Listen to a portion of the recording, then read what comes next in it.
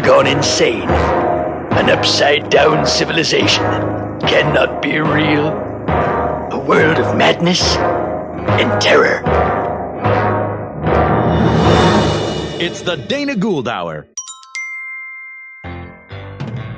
This episode is brought to you by Casper.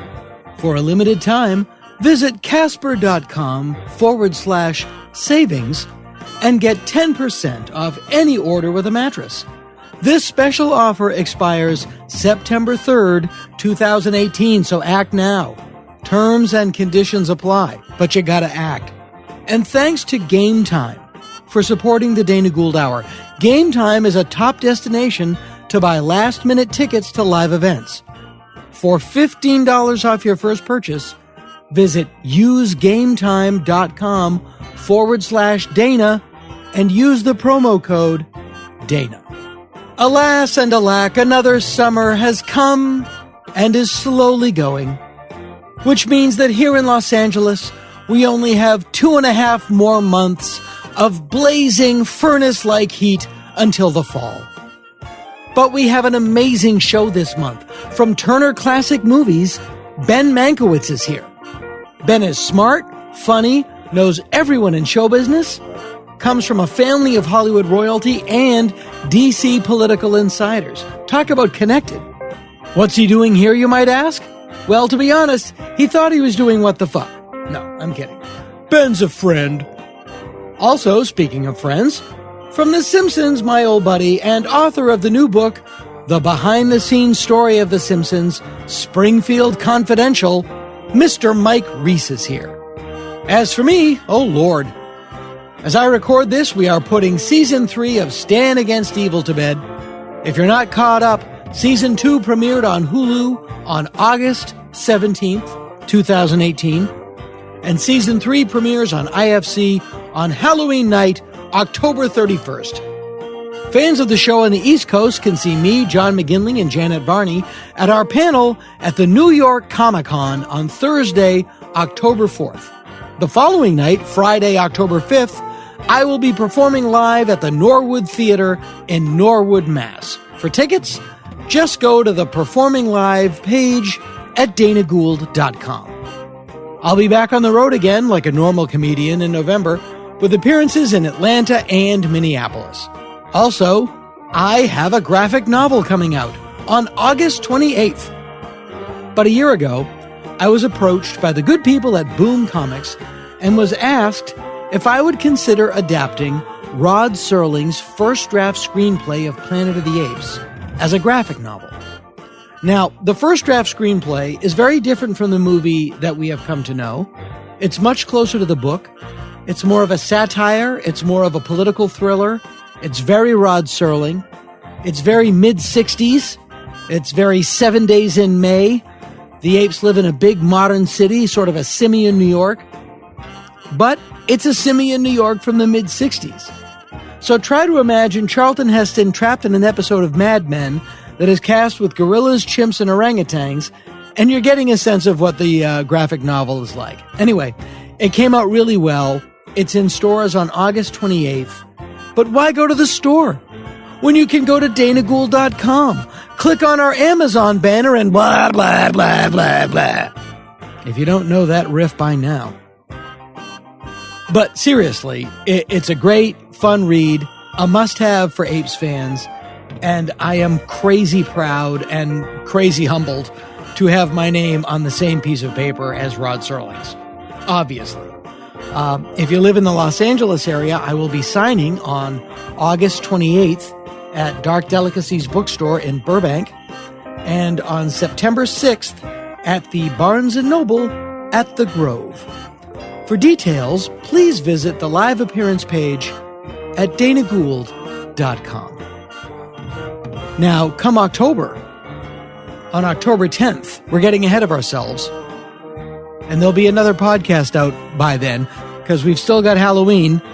That said, let me plug this anyway. On October 10th, I will be at the Aero Theater in Santa Monica for a very special event. It's Ed Wood's birthday, and we will be screening both Ed Wood's Plan 9 from Outer Space and Tim Burton's Ed Wood, both of them on one night on the same screen. And I will be moderating a panel afterwards featuring the screenwriters of Ed Wood, Scott Alexander and Larry Karaszewski, the man who turned Martin Landau into Bela Lugosi for the film, Mr. Rick Baker, and Misfits and Monsters creator Bobcat Goldthwait, as well as, possibly, other nerds.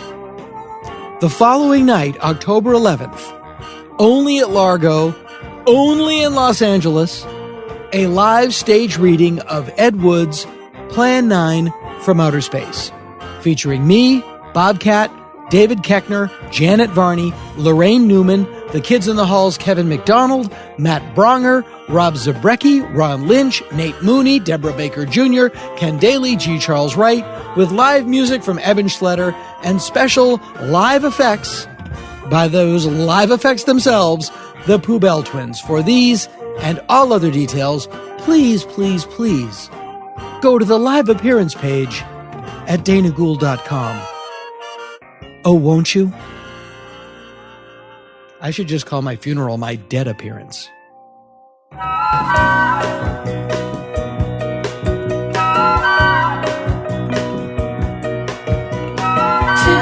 in, it's a gas. It's the Dana Gould Hour podcast. The Dana Gould Hour.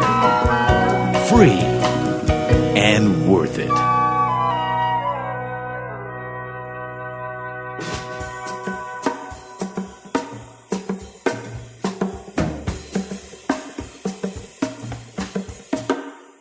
It is it's hot. It's a sun-dappled day high above the Mulholland Drive view shelf here in sunny Southern California. We're at Falcon's Lair Recording Studios, and I am sitting across from one of the more esteemed guests we've had on this, let's say, riff-raff magnet I call a podcast. Certainly one of the most well-educated, and a member of Hollywood royalty, and I haven't had that since Nina Hartley's children were guests. Anybody who's ever watched the Turner Classic Movies or is a fan of the Young Turks knows my guest. Ben Mankiewicz is here today. This is the sound of my voice. There you go. People know the sound of your voice. Normally telling a sassy story about Sterling Hayden. I like Sterling Hayden. I like Sterling Hayden because he felt shame.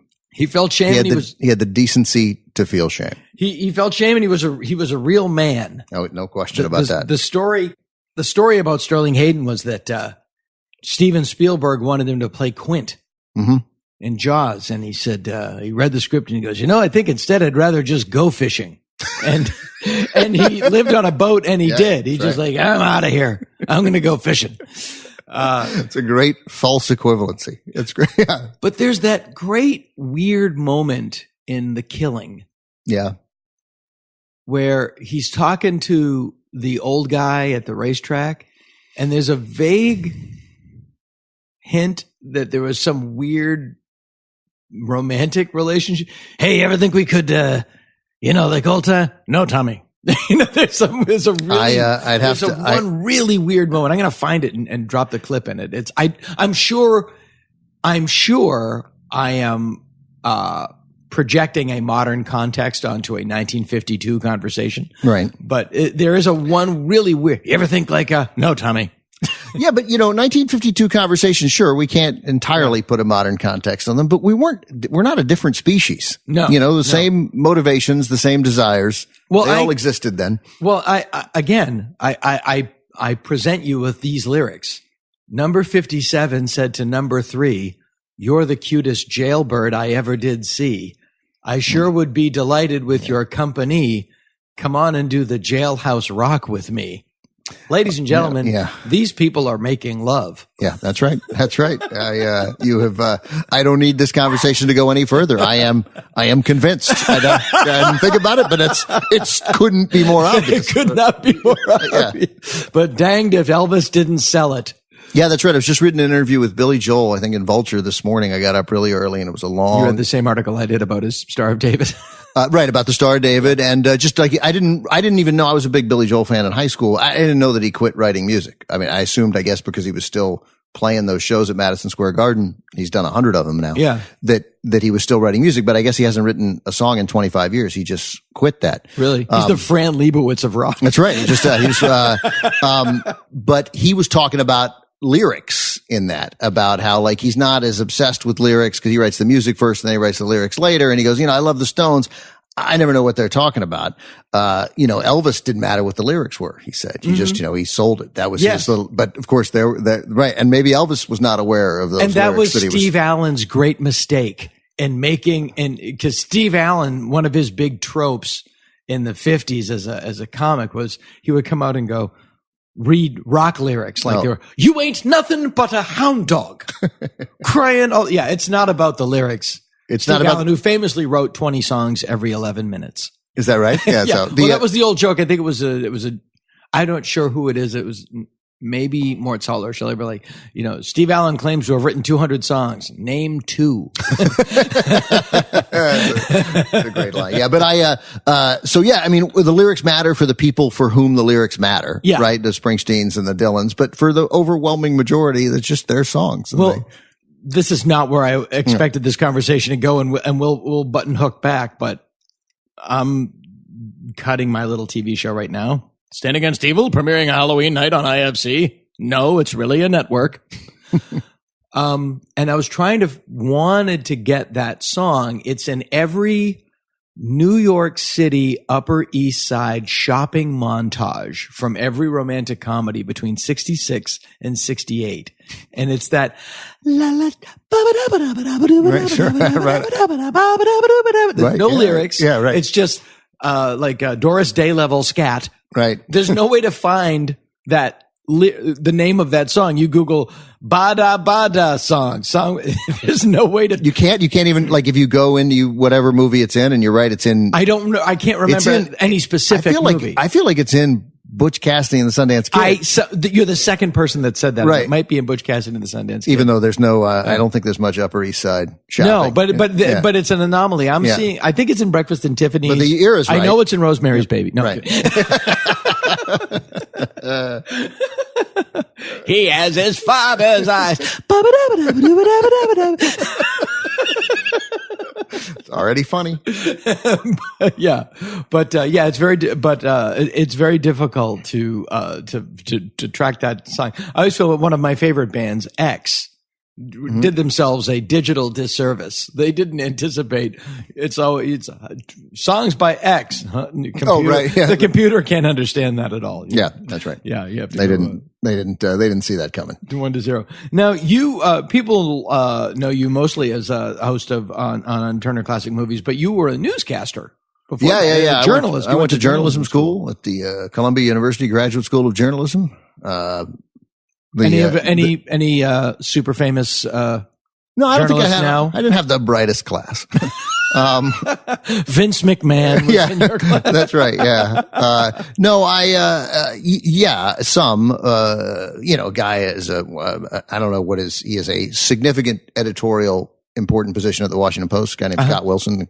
Right. And I didn't really get to be friends with him until the second semester. Fake news. No, but instantly you were like, oh, this is a smart person. Like this, So, but you're smart. Oh, you're actually smart. Like I can talk as if I'm smart. Yeah. And maintain it for a long enough time to convince some people. Yeah. No, that's Not like everybody. me. I can act smart, and I know when to disguise my ignorance as studied silence. Right.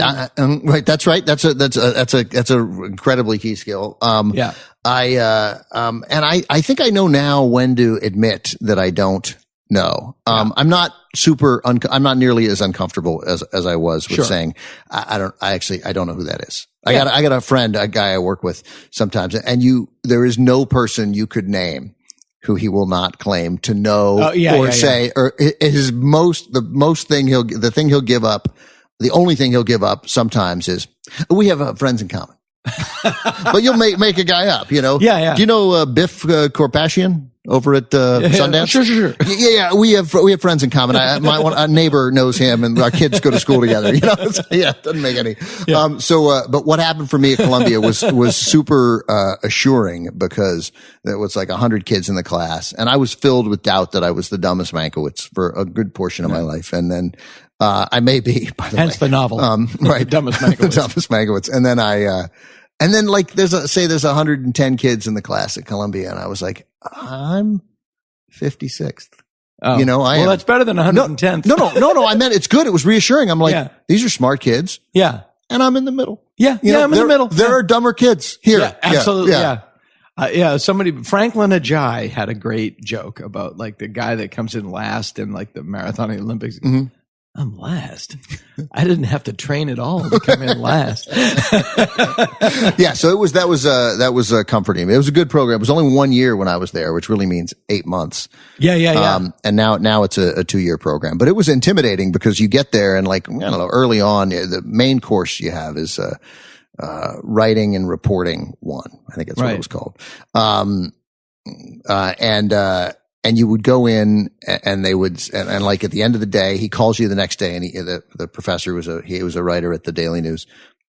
And he said, okay, 3 black kids were roughed up a little bit by some white kids at PS 138 in Sheepshead Bay. Right. 500 words, 5:00. Right.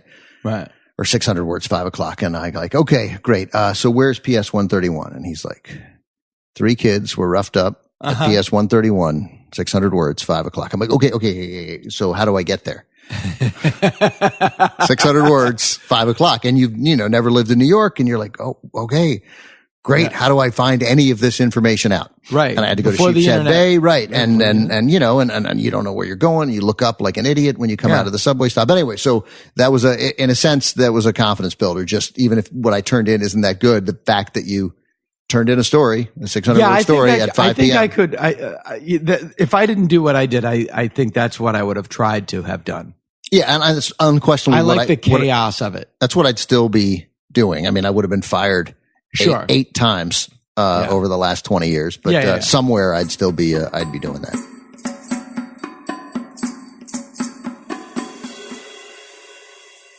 Our guest today comes to us from the beautiful city of New York, New York, via the miracle of computers and Ma Bell. He is most famously known as a writer on The Simpsons, of course. He was also a writer on the Harvard Lampoon and The Tonight Show with Johnny Carson. And he has a brand new book out called Springfield Confidential: Jokes, Secrets, and Outright Lies, from which I can attest. From a lifetime of writing for The Simpsons, please welcome one of my favorite people. Oh my gosh. Certainly one of my favorite people that I've worked with. Please welcome one of my favorite non-adult film stars people.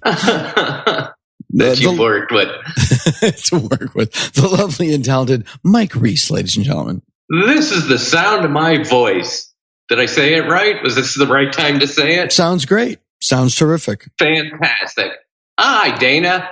I'll say this to you. I don't know if I've ever told you. I was such a fan of yours before I ever met you that for 6 years, I think we worked together. Every day I go, hey, I'm working with Dana Gould. I can't believe it. Oh my God. Well, yeah, that is weird because I went into that show, and we're not going to talk about me at all, except for this.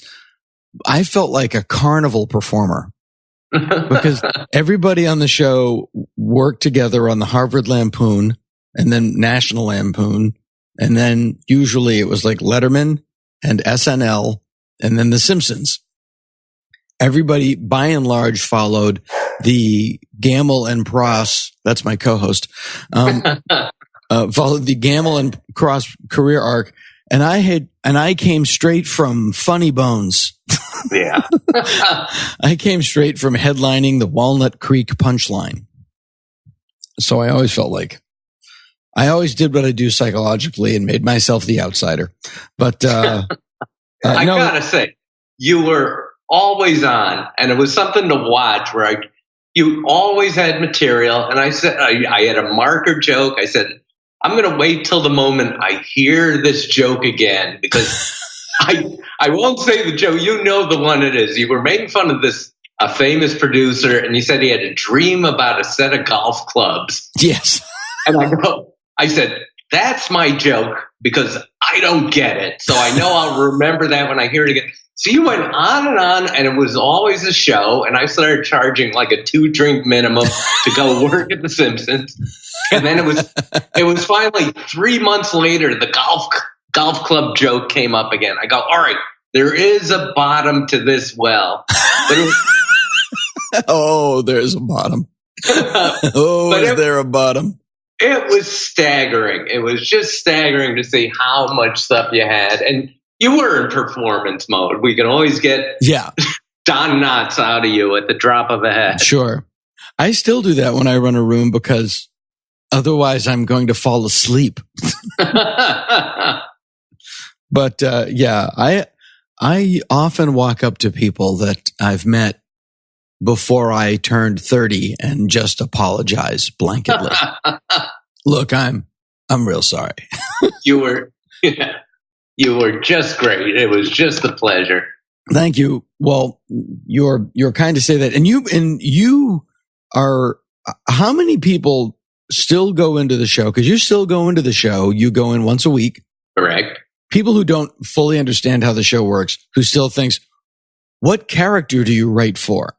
I can't believe that question, and it still comes up often. I don't know how they think that works, that I'll come in as Marge, and you'll be Lenny, and I don't know, we'll just act out the show. I'm not even making fun of it, because it's so common.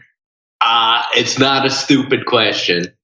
It can't be. I always assume they think we wear the costumes. From behind the music, the giant foam rubber costume. But yeah, there are people that are there 5 days a week, and then there are people that come in that are consultants and producers, and they come in 1 day a week. And you and how many other people are still there from the very beginning? It's me and Al Jean. That's it. And Al Jean and you, for people who don't know, Al now is the executive producer of the show. And and you guys started as a writing team. Did you guys start at school, or did you just know each other in school? We were roommates in college, and you went to the Harvard College. We went to the Harvard College. Al could have been one of the world's great physicians. He was pre-med, and he was a brilliant guy. I'll tell this story real quick, which was Al went to college at age 16 to study math from a small town in Michigan. And his dad ran a hardware store, like not his father was not a physician. Yes. His father, was a real self-made man, very impressive guy who just worked and worked and worked. And he just died last month, but he's still showing up at work. Oh, I didn't know that. Yes. Well, that's what makes it funny. So anyway, that guy was a workaholic. So the father died. Al showed up at work the next day because he knew that's what his father would do. And in fact, the father at the end was sort of losing his mind. He was living somewhere in Virginia, and the store was in Detroit and had been closed for years. And yet he was still sending out invoices. He was still in his sort of dazed state saying, we got to unload that truck in the back. So he was working right to the end. But Al Jean, I said, nobody's like Al Jean. 16 years old, studying math, leaves a small town in Michigan to go to Harvard. And then one day I'm reading the paper. I go, well, here's someone with exactly the same credentials. And it was the Unabomber. So the Unabomber's bio is exactly like Al. So he could have gone the other way. The Unabomber, Ted Kaczynski, could be running The Simpsons today, or at least The Big Bang Theory. Wow, it's amazing.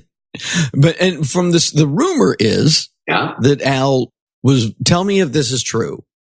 Al was voted the least funny guy in his dorm, and then set out to teach himself how to be funny, and then did it. It's true. It's true. I thought he was a funny guy. But because comedy, you can't teach it. And I say that to anyone taking a comedy class. Yes, I just told that. They brought me to Colorado to teach a writing class, and that was the first thing I said, and then it was sort of class dismissed after that.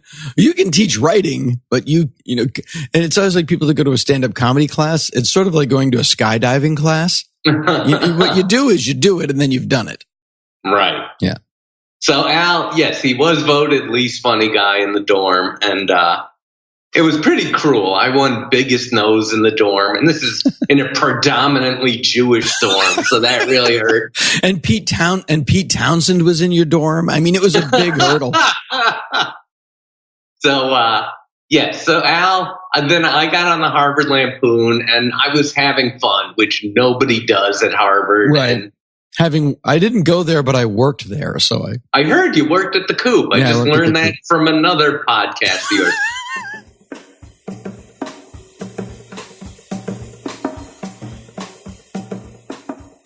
When you say like the dumbest Mankiewicz, because what people may not know about you is you are from the pedigree of your family is impressive. Your father Frank was the smartest Mankiewicz. Well, and despite his incredible resume, probably most well known for being Robert Kennedy's press secretary. Yeah, definitely. During his 1968 presidential run. Yeah, so he announced Bobby's death. He announced Bobby's death. Yeah, and your great uncle was Herman? Your grandfather. Oh, it was your grandfather. It was your dad's dad. My dad's dad wrote Citizen Kane. Yeah, and the movie Citizen Kane. Right, it's okay. And then my uncle. You might have heard, maybe you've heard of it. My uncle Joe, Herman's brother, my great uncle Joe, my dad's uncle, All About Eve, Letter to Three Wives. So he won 4 Oscars in 2 years, writing and directing back-to-back years, which I think safe to say that record will stay. Although I think if we could redo the Oscars from what year is that? Is it 49 or 50? 50, that we'd probably go third man for directing. Like it's hard. Yeah. Like as good as All About Eve was. I think Carol Reed wins that on a replay. Yeah. Well, there's a lot of those there's a lot of those, but the third man. Raging Bull over Ordinary People. Probably in retrospect, we would have corrected. Yeah, I would think, although there's some backlash, obviously we have in our more recent lifetime, the Shakespeare in Love over Saving Private Ryan. Not that Shakespeare in Love was bad, but it was Saving Private Ryan was a seminal movie. And achieved something in directing. That's right. That's right. Yeah. That's always, it's like you're not really looking at the awards. You're watching the awards business. That's right. And that was Shakespeare. And that was when we learned the power of engaging in the awards business. There had been advertising before, but Harvey Weinstein made a significant effort that blindsided the Saving Private Ryan people. In fact, when they went to Spielberg and said, "Hey, there's a whole campaign," and Spielberg was still like, "That's not how this works. I'm not going to do that here." And unfortunately it worked out. And now that, the argument, the people who are already sort of outraged, lowercase everything, about that, the Harvey's fall from grace has been a nice, okay, that's another thing. Yeah, that's another thing. It's another thing he ruined. Less important, but also ruined that. He also raped Saving Private Ryan. It's the movie. It's just the movie poster holding a sign that says "Me Too."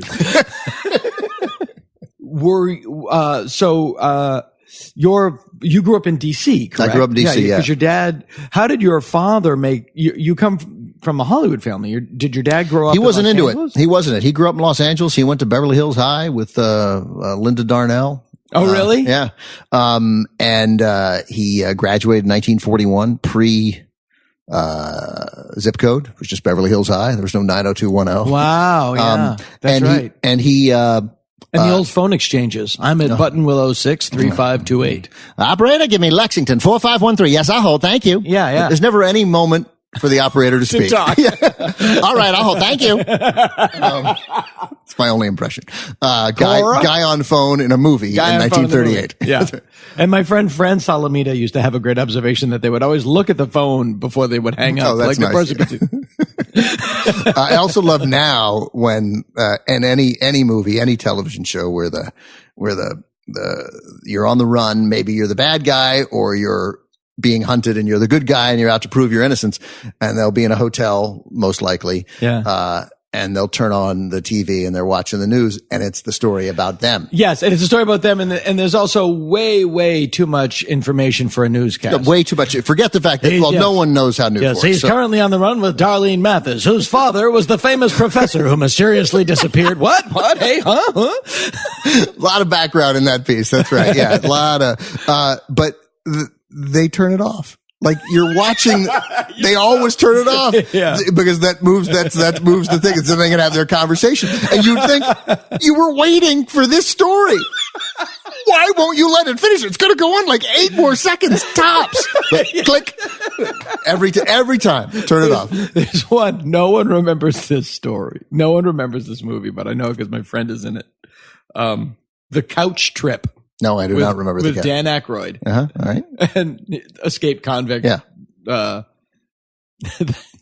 Therapist involved? Yeah. All right. Let's see.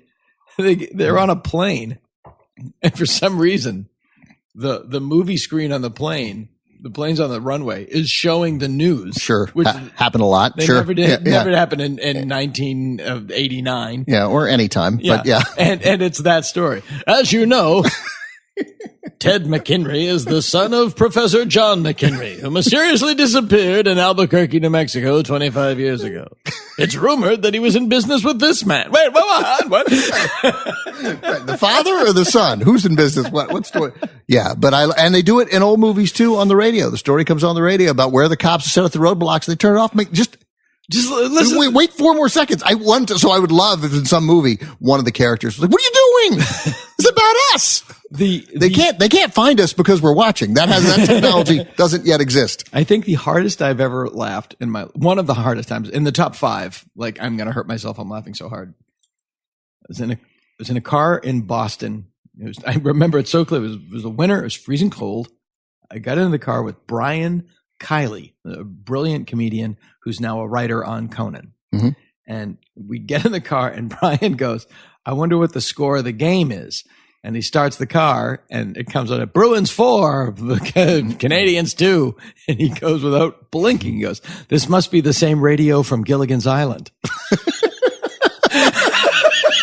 That's a great line. That's great. That's like great. My like it hit me like a thunderclap. That's a great.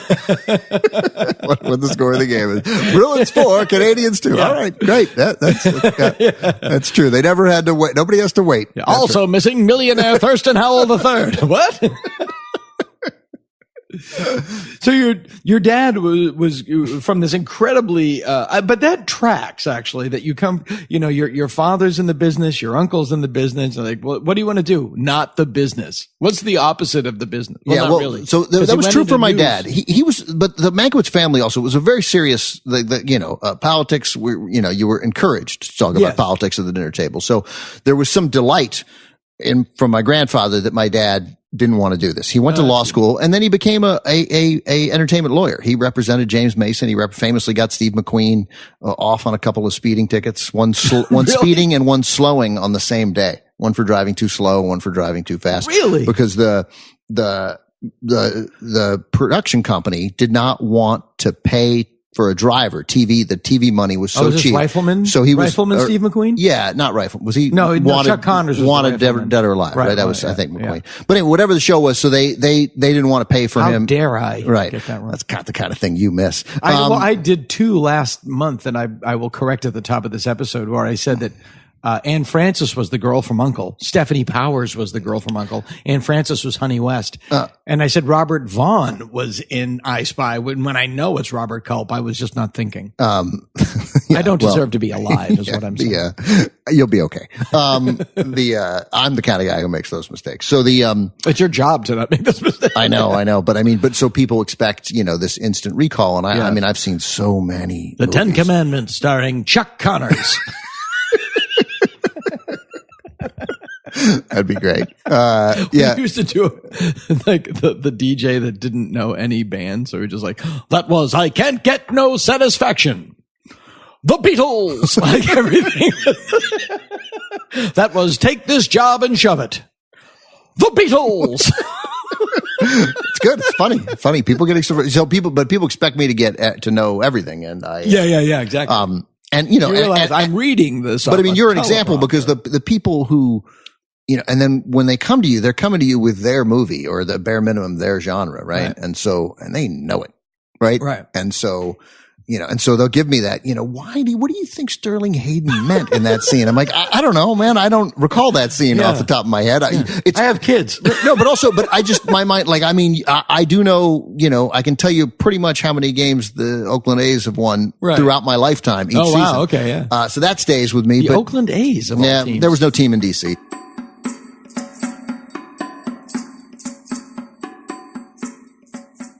What a wonderful world that doesn't pay. This podcast, why is it such an epic? Why is it a Russian novel of a podcast? It's hours and hours and hours long. And I know even if I'm terrible today, I'm only going to be 4% of the eventual podcast. I don't know. I have no, I've told this story before. I'll be really, when the podcast thing started, people said to me, you know, when are you going to do one? And I didn't have a good idea I don't want to do a shitty version of Mark Maron's podcast or a shitty version of Chris Hardwick's podcast. I want to do my own thing.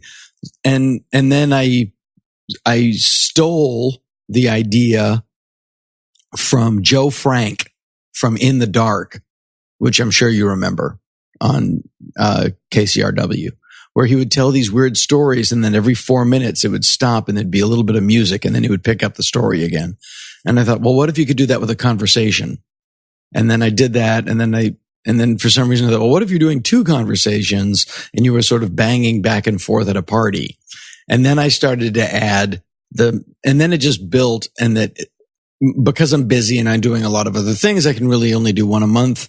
So I just thought, well, I'll just do one big one every month.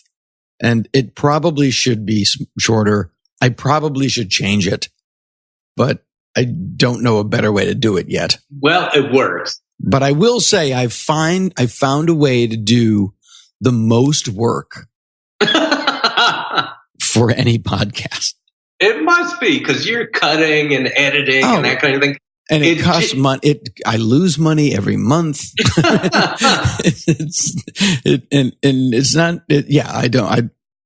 Every album is Smile. And is there always history? You always stop and here's Dana Gould's bicentennial moment. You'll talk about some, you know, humanoids of the deep for 20 minutes. Yep. It'll be that. That's honestly, no offense, my favorite part.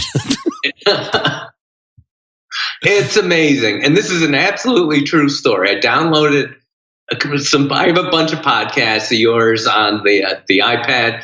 I got on an airplane. I listened to one. And I said, I'll listen to one more. I had left Los Angeles. I finished your second podcast and I was in Moscow.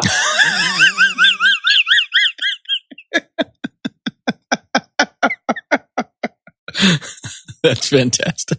It's absolutely true. And you should, because that's another thing that you don't talk about, but you're a Soviet double agent. Now go into that. Yes, I am. Well, what were you doing in Moscow? I was there for the World Cup because, I hate soccer. Yes. It's, you know me. I just go places. Sports nut Mike Reiss. That was it. It was a really beautiful week in Moscow. I recommend it as a travel destination. Everything was fun except for the 90 fucking minutes I had to watch the World Cup final. You know, being there, I could have been on the field. I could have been playing and still been bored silly by soccer. Yeah, I have no genetic material that makes sports interesting to me. Yeah. I try. I could tell you everything you need to know about War of the Gargantuas. But yeah, I don't. Human sports is just, unfortunately, I'm just like, yep. A lot of Bobcat Goldthwait. I was, look at all the points they did in the sports game. You don't even get that in soccer. There's no point. There's no point. It's so stupid. It reminds me of, literally, this came to me of like being a high school kid thinking you're going to get laid. Because anytime somebody's kicking the ball, they think this is going to be a goal. And it's never a goal. There's 2 goals in 2 hours. So every time the audience goes, yeah, this is, oh no. Okay, here it comes. And oh no, it's not happening. Yeah, I don't understand it even a little. Yeah. No, I don't. My wife and I, you know me, my wife and I go places and see things. So we go to the Olympics too. I don't like that. Someday I'm sure we'll go to the Kentucky Derby. That's it. I follow my wife around the world. But at least we'll see you wearing a big, beautiful hat at the Kentucky Derby. Lovely hat. I'm so proud of this. Now, let me ask you one quick question before we go back into The Simpsons, because we do want to hit, people do need to buy this book. If you've ever watched The Simpsons, Springfield Confidential, it came out in June. It's out. It's in stores. It's a hit. It's in one of the nation's 11 bookstores. What is the food in Russia? Because it's not so much a country as a gas station with an army. It is borscht. You go to these places, they are exactly like you think it's going to be. And it is very terrible food. There was a funny thing that happened, which was everyone was so nice. If you stopped for 1 minute on the street or 10 seconds, someone will come up and try to help you. That was during the World Cup. The day after the World Cup, everyone was a dick again. And clearly Putin had told the country, everyone be nice during the World Cup. And the second the game ended, everyone was a douche again. Well, it was sort of like I was in Beijing just before the Olympics, and you could see that I go, God, this is beautiful. Yeah, and a month ago there were cars here, and there was a building there. Yeah, if you work here, you don't work here now, and they just that's what you get in a country like that. There's an upside to dictatorships. The real bad places are dictators that don't do anything or just rob the country. But Moscow was really nice. If you got to dictate, at least dictate the place into a nice country. Yeah, that's true. That's the quote I want to go out on Twitter. Dictatorships are great. They were terrific. Well, so that actually leads me into my next question. Uh-oh. When people think of The Simpsons, yeah, they always think of Matt Groening. Yeah. Or as his name is really pronounced, Groening. No, I'm kidding. They think of Matt. But really, The Simpsons, and you were there, really came into being. It was 3 people. It was Matt and Jim Brooks and a guy named Sam Simon, who is really because he left the show early, doesn't really get the credit he deserves for what we now know of as the show. Was that an equal partnership at the beginning? This is the deal, and this is the only bit of dirt you get in Springfield Confidential. You get my book because one reason. And we're not here to dig. They're all great people. They're all brilliant, and they're all rich. Yes, many of them are brilliant. So it's the Simpsons. There's no dirt. Again, this is one reason the show has run for 30 years. Is people are nice to each other. They treat each other with respect. Everyone pulls in the same direction. But the first chapter is all the dirt that ever happened at The Simpsons. And it's really one giant hunk of dirt, which was Sam Simon hated Matt Groening. And it wasn't Matt's fault. But here's the 2 of them created the show together. And, The Simpsons, as people probably know, started as these 1-minute cartoons. And the cartoons are so crude, even Fox has not tried to make a buck off of them. There are about 60 of these 1-minute cartoons. You can't see them anywhere.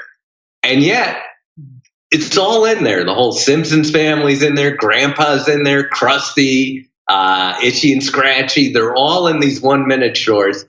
But they weren't a TV show. And that's what Sam Simon brought to the whole thing. Sam turned it into a show. He invented all this broad palette of Springfield. He hired all the writers. He figured out that the first act of the show would have nothing to do with the rest of the show. That was Sam. And just the idea, let's mix it up. Let's do the smartest joke you ever heard, followed by the dumbest joke you ever heard.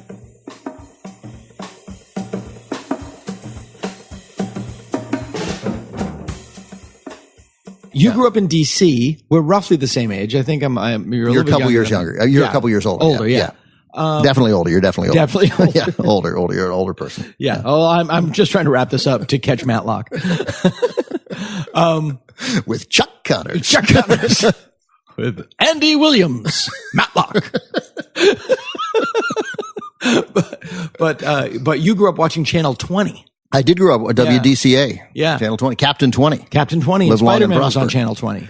Spider-Man was on Channel 20. Did you grow up in DC? I did not, but my mom grew up in Front Royal, Virginia. Oh, sure. Okay, that counts. And I would go to Virginia every summer. That red clay dirt. Channel 20 was for kids. It was a kids channel. Yeah. I mean, it was sort of Captain everything. 20. Yeah, cool stuff was and on. Patton Oswalt also grew up. Yeah, I've talked to Patton and Matt about sort of remembering, because this June Reed died, who did sort of, you call USA 1000. He taught karate, taekwondo, and he had these ads and Nils Lofgren from the E Street Band. I was thinking of him last night. That's so weird. Nils wrote and sang the song, and that's so weird. And he was like the taekwondo instructor to the rich and famous. So Senator Jim Jeffords who was the guy who switched parties back before, kind of Republican doesn't exist anymore, Jim Jeffords. So there was a nice thread between me and Patton and Matt until it was like a direct message thread, and then like it went for a while, and Matt has written a couple things for me, and I know Matt much better than Patton, and then Patton was like, Patton Oswalt has left this conversation. I got it. We pushed it a little too far. He's got stuff to do. He's got a career. It's got, okay, I got it. We're out. Yeah. Okay. Yeah. I've known Pat for a long time, and I was like, hey, what are you doing? I'm having dinner with the letter M, and then I'll see. Oh, okay, great. Well, call me later. There's no rush. Yeah. He's a talented dude. Yeah. So is his brother. I disagree. Anyway, so because we're talking about your dad. Your dad went into journalism. Yeah. So he was an entertainment lawyer for a bit, and then he went into journalism, and then I think he thought being an entertainment lawyer, he just thought it was silly, and he thought the business was silly, and so did his father. I mean, Herman spent most of his life sort of feeling ashamed of the fact, with the exception of Citizen Kane, that he wrote these. That at times he was a very well-paid writer. He always spent it. He drank, he gambled. Sure. They had to move out of their house and rent it a bunch of times and live in an apartment to keep the kids in the school district. Wow. Because he got fired constantly. He did you'll love this. So I do know the story of Citizen Kane. Didn't they put him up in a hotel somewhere? No, in Victorville. Yeah, they had to get him out of LA. They had to get him so he wouldn't drink. His leg was broken. He'd broken his leg in a car accident. Oddly unrelated to drinking. But so at one point, this is why Herman always got fired. He gets asked to, I'm probably bringing two stories together, but it doesn't matter. It'll still work. So like the Spanish Main has this big fire at the end of it. Where the ship burns, right? And Herman writes in a big deal. And then, the studio's like, nah, that's going to cost us, $46,000. We don't feel like spending that. Right. So write a scene where they just talk about the ship burning. Sure, and that's how we'll end the movie. I can't believe the ship burned. Right, exactly. Write that scene. Yeah. And, the original cut of King Kong was, how about that giant gorilla? And then the girl will tell how scared she was. Right? Oh my God. I was screaming. Yeah. His hand was so big, it like totally covered me. Thank God that's over. Phew. Yeah. Where is he now? He died. He fell from the Empire State Building. It was awful. You should have seen it. It's quite a thing. So Herman won't do it. He refuses, and it just means they'll get someone else to do it. Yeah, there's no winning that. Yeah. So Anyway, as punishment, I'm sure for something else. I'm not going to rivet this. Okay. Right. So they ask him to write, they tell him, they give him a script, they tell him he's got to write a Rin Tin Tin movie. And this is Citizen Kane. He doesn't write Rin Tin. So he writes a dog about a young dog that inherits a newspaper. So at the end of the movie, the dog picks up the baby with his teeth and carries them into a burning building. Right. So that's my favorite Herman story. So like that was his way of getting revenge. And eventually that kind of stuff is just like, dude, there are other writers. The title was Bad Dog. That's right. Yeah. So, he got fired all the time, but he was sort of pleased with my father for going a different route. And then my dad he was the Latin American director of the Peace Corps, under President Kennedy, and then went to work for, That's probably now how he knew Robert. He met Bobby in a great way, if I could tell that super quickly. Bobby was gonna, as we know, if you, by the way, the Netflix special, Bobby Kennedy for President, it's really good. It's amazing. It's really amazing, good. Yeah. But also crushing. Yeah, just, again, he'd be 90. Like he would have been alive until 5 years ago and maybe still around and relevant. And, Martin Luther King would have turned 88 this year. Yeah. So would have been around. Yeah. Yeah.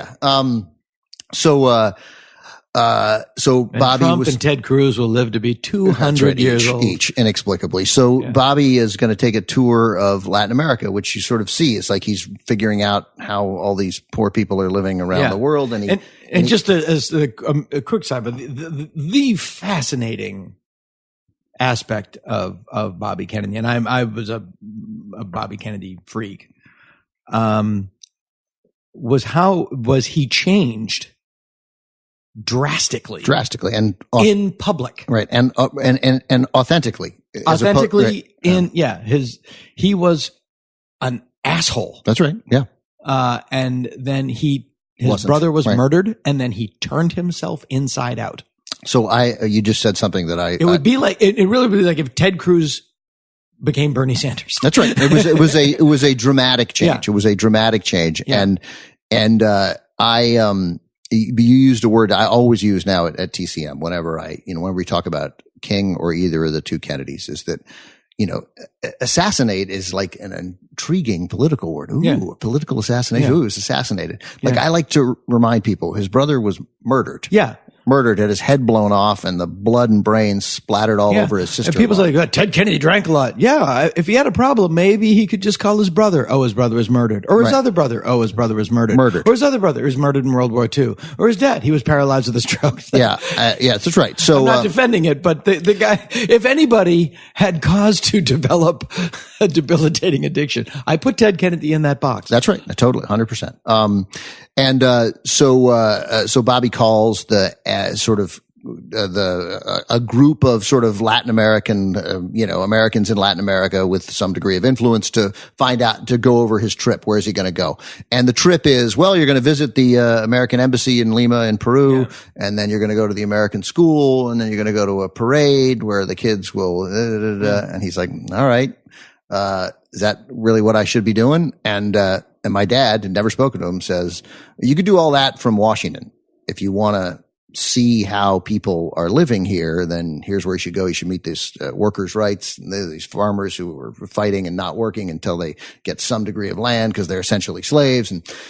And he's like, who are you? And he's like, okay, great. I want that trip. You put together that trip. That's where I'm going when I come down here. And so they connected that way. And then he hired him to be his press secretary. Now, a little aside on that, he comes to New York comes to DC to be his press secretary. That's when my family moved to Washington. And my dad was sort of new to the Senate, and Bobby Kennedy's chief of staff has got two new interns, a boy and a girl, 19-year-old kids who are saying like they're summer interns. And they're saying, okay, I'm going to take you on the tour of Congress. Frank, you're actually new. This actually will be helpful if you have time, if you want to come along on the tour. My dad goes, yeah, sure, come along. And so then she starts saying, okay, you can't use this elevator. You can this, you got to use this stairway, all this stuff. And then they're on the elevator. This elevator is just for senators, but senators can ride the other elevators too, but you can't ride the senators only elevator. And then she turns to the girl and she goes, now this really only applies to you.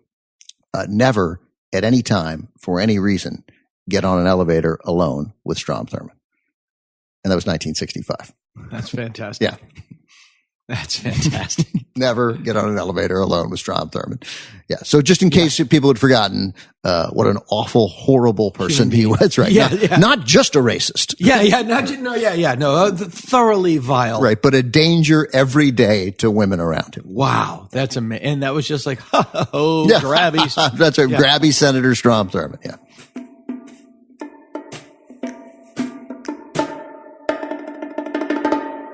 So Sam did all that great stuff for The Simpsons. And then when the reviews came out and when all the press came out and it was huge, nobody ever mentioned Sam. Nobody mentioned, and Matt Groening, I'll say to his credit, kept trying to bring Sam up, but it just wasn't a great story, you know? Yeah, and that's really what it comes down to. This is an old example, but like, you know, when you tell the story of Smile, the Beach Boys album, the good story is that Brian Wilson was a fragile genius and Mike Love was an evil money grubber. And that's, you know, that's 2% of the story. But that's the part it's easy to tell that way. Right. So that was it. Sam got no credit for it and didn't take it well. And he was just miserable. He's still running the show. He's doing brilliant creative work. But he was so unhappy and he couldn't bear to be in a room with Matt Groening. And here they are. It's the greatest thing these two have ever created. And Matt would walk in the room and Sam would he would growl. He would growl like a bear and mutter and glower. And Matt would have to walk out again. And so I said he was like Salieri. He was just stomping around the offices like Salieri. And the one fun fan tidbit is that the show Flaming Moe's, where Homer invents this great drink and Moe steals the credit for it. Sam had that idea, and that episode was just an allegory for Sam Simon creating all this great stuff, and Matt Groening get all the credit for it. And the actual script, I believe, was written by your friend and mine, Rob Cohen. Rob Cohen wrote it, but wow, it came out of the poisoned liver of Sam Simon. Yeah, the spleen of Sam. The spleen, yes, I guess that's a better organ. The liver's the organ that killed Sam. I'm punching up your organ choice. So that was it. It was an unhappy couple of years, and finally Sam got bounced. He got bounced from his own show because he was making it kind of too unhappy to be around. And then things went very happily from there on. And Sam continued to get a paycheck. He was still getting $70,000 an episode for a show he wasn't even allowed in the offices. And I believe. And was this in the second season or the third or the first? How early did that happen? By the fourth season, he was gone. He was gone from the fourth season. And, you know, I think he lived another 15 years and, you know, came to really make peace with it, where he said, I've gone from getting too little credit for The Simpsons to too much credit. Well, yeah, that is the weird trick of that story. I was talking about Smile, the Beach Boys album, which I've referenced now twice. You know, that was the great unreleased masterpiece. And then they released it and I was like, oh, yeah, it's not that good. That was it. I bought that twice. I bought it. I said, I listened. I go, this is terrible. Yeah. No wonder they didn't release it. And then I got rid of it. And then I forgot and bought it again and listened once. And it's truly unlistenable. You know, the bean counters and check writers were absolutely correct on that. Well, yeah, Brian, Andy Paley, who actually does the music for this podcast, is a really good buddy of Brian's, and he goes, you know, the reason it didn't come out is because they didn't like it, and it wasn't it wasn't good. Yeah, the reason it came out is it wasn't that good. That's really, and yeah, well, in George Carlin's biography, because Sam went on to run the George Carlin show. Right. And Carlin says, I wish it's right around the corner. I should get the actual quote, but I know the quote. It's something to the effect of, I've never met a more brilliant yet more damaged human being in my life. Yeah. The quote I remember. And George, you knew George Carlin. Yeah. He speaks well of everyone in his book. Except Sam Simon and his mother. He didn't really see. Sam, his mom, Lorne Michaels, and Billy Crystal are the people that get it in that. So he said the quote is, Sam Simon was a talented writer, a brilliant man, and a miserable fucking human being. Yeah, that sounds about right. That was the quote. I was a little shocked by that. And we don't know that George Carlin said that because it came out after he was dead. Yeah, and Tony, it went through the Tony Hendra filter. The Tony Hendra filter that makes things actually more polluted as they go through. That's exactly right. It's a reverse filter. So, but whatever. Sam was very difficult. If he liked you, he liked us, he liked The Simpsons, right? No. He could have been more of a pleasure. He was, even in his darkest days, one of the most generous human beings I ever met. Yep. Fun to be around, but wow. It's the old cliche. He did not suffer fools gladly, which is fine, except everyone screws up sometimes. Yeah. And if you don't suffer fools gladly, maybe don't go into show business. That's right. But that's the story. It was a good run. He was great. There wouldn't be a great show without him. Yeah. And Jim Brooks was the guy just taking chances. Jim Brooks was the guy, it was so risky anyhow to be trying a cartoon in prime time. People don't realize that at the time The Simpsons came out, which this whole thing started to bubble around 1989. Mm-hmm. For one thing, it was a completely different world than it is now. Right. And the last primetime television show was The Flintstones, correct? Mm-hmm. It was at least 20 years before, and everyone even forgot how to make a primetime animated show. Yeah. Nobody remembered. The people who had done it were all dead. And they're all dead. They had to reinvent this system, which probably is not at all how they made the Flintstones.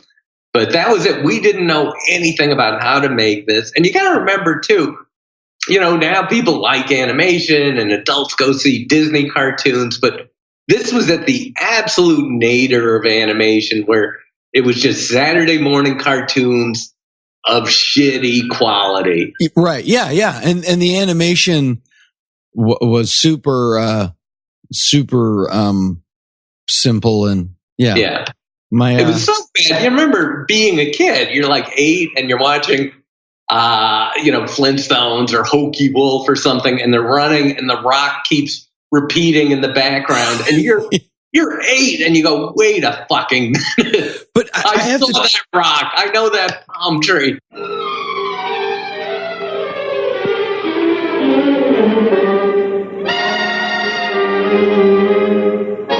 Yes, there's an air about hot coffee that's hard to resist.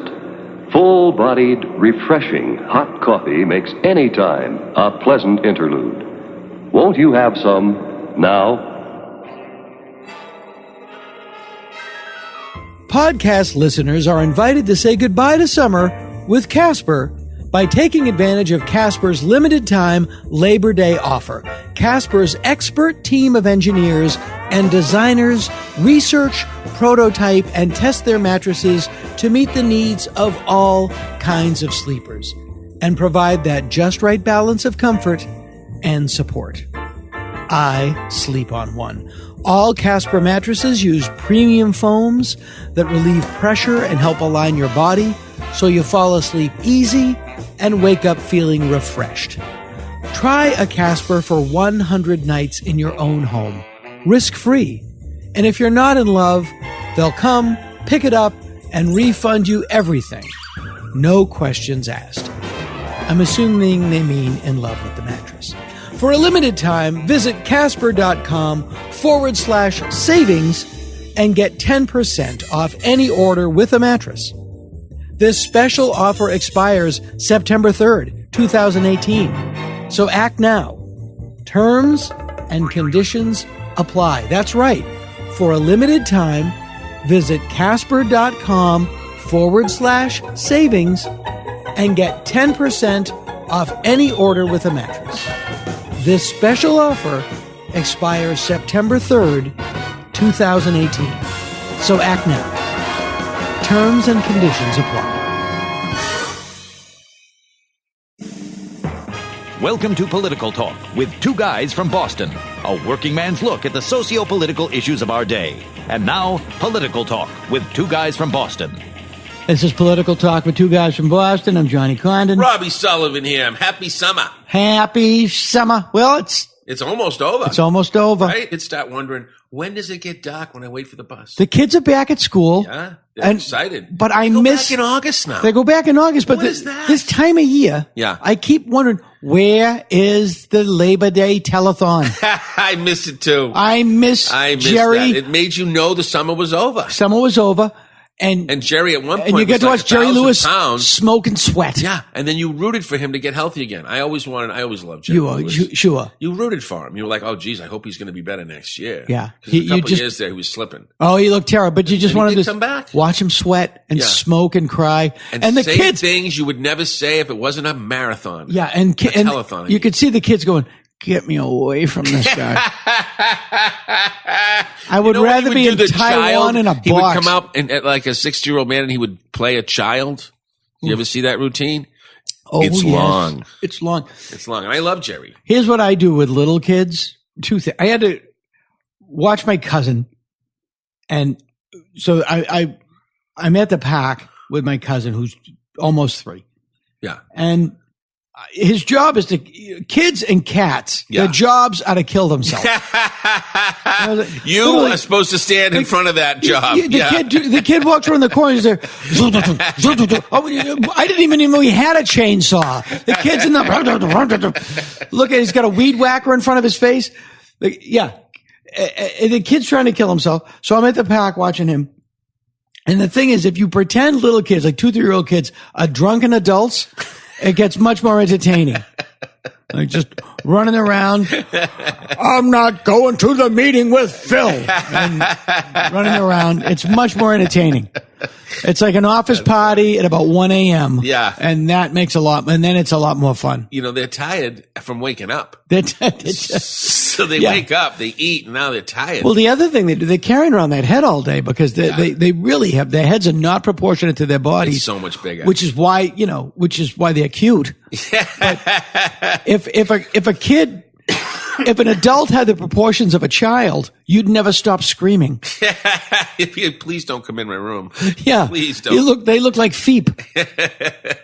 So then so I'm done and I got to go to work. And she says, come and meet me. I'm at the nail salon. Now, I've never been in a nail salon. It's fantastic. Yeah, it's very peaceful. And it's just women it has nothing to do with nails. Yeah. It's just quiet. There's no men there. Yeah. And they're doted on. Yeah. It has nothing to do with nails. And I was trying to, what would the male equivalent of a nail salon be? And it would just be like you go in a place, there's just a lot of potato chips, and they're quietly watching F Troop or Creature Feature on a loop, and I would go there. You just like what a nail. Do first, rinse our pits. I don't know. Gentle. It's just a nail salon for men. Rinse. You go in and a pit rinse. You relax. Yeah. You just go in.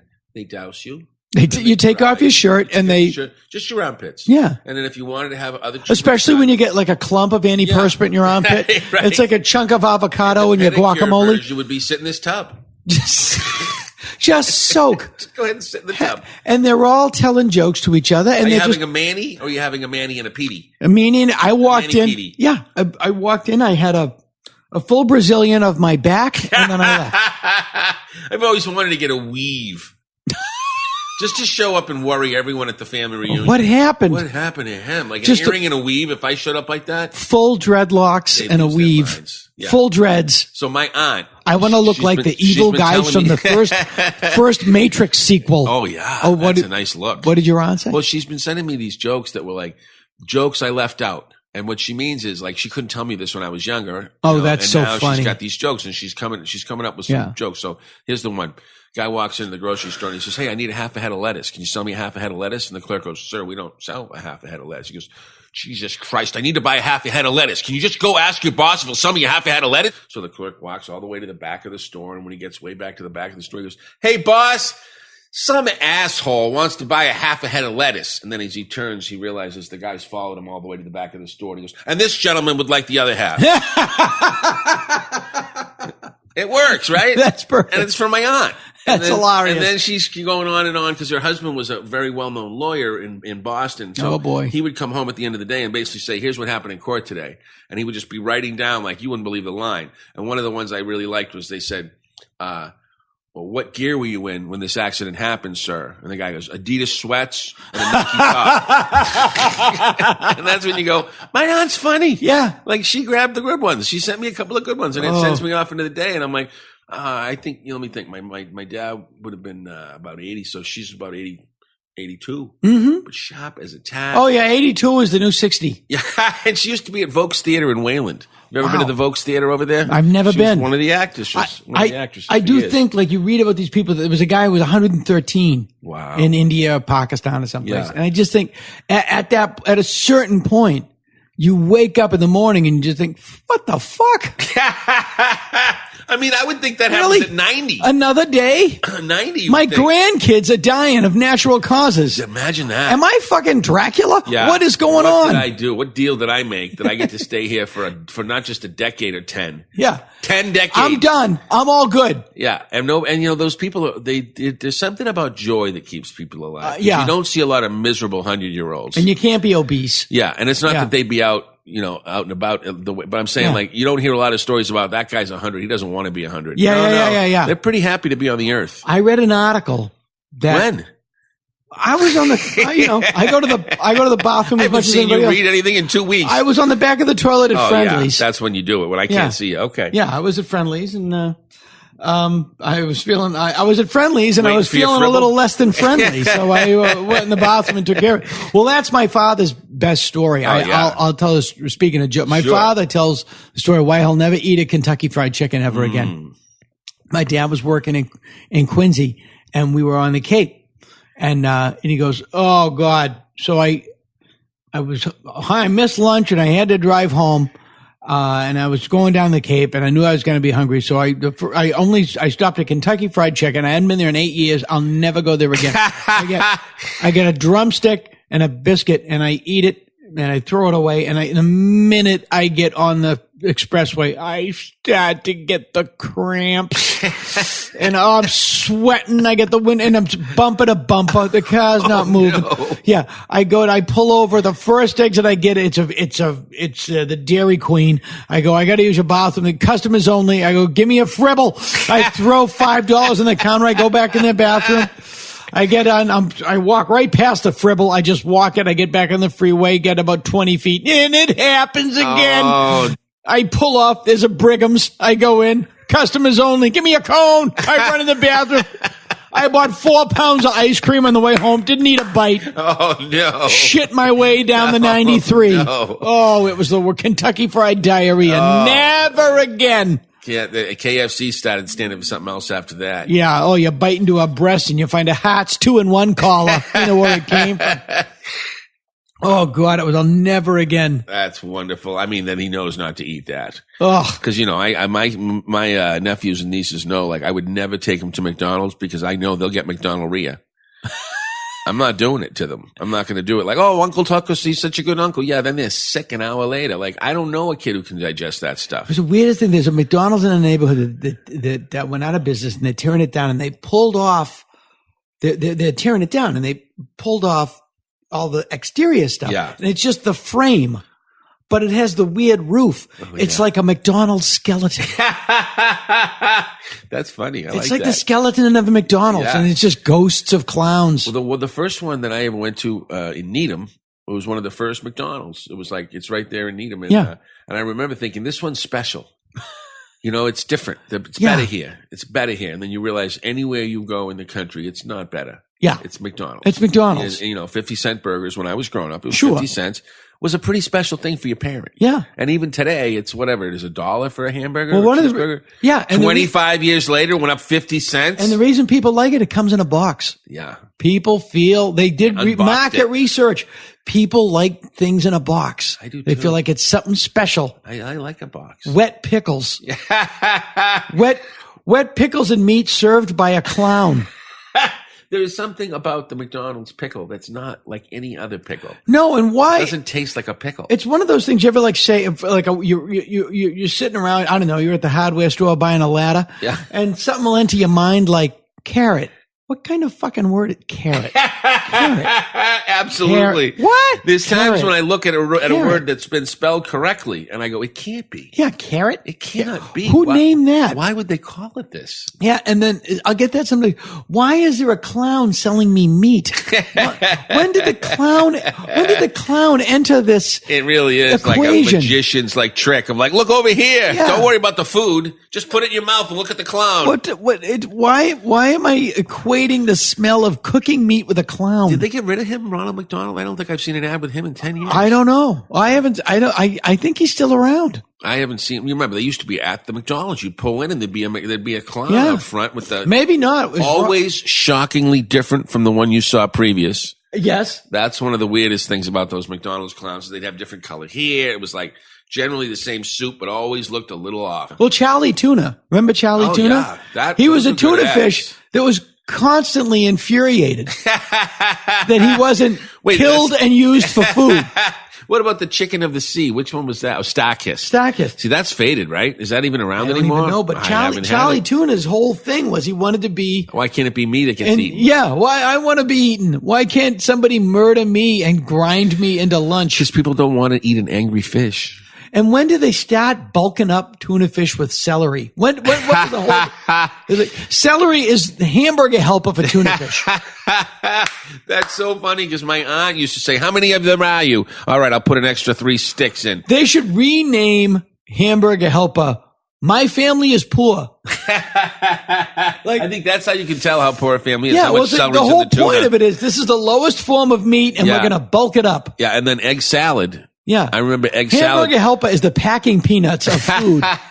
My aunt would put potatoes in egg salad. And you'd be like, no. What? Yeah, sure. Yeah. You don't do that. Yeah. No, that's not. It bulks it up. It bulks it up. Once I was out of food. Much cheaper than eggs? I was out of food. I had a can of soup.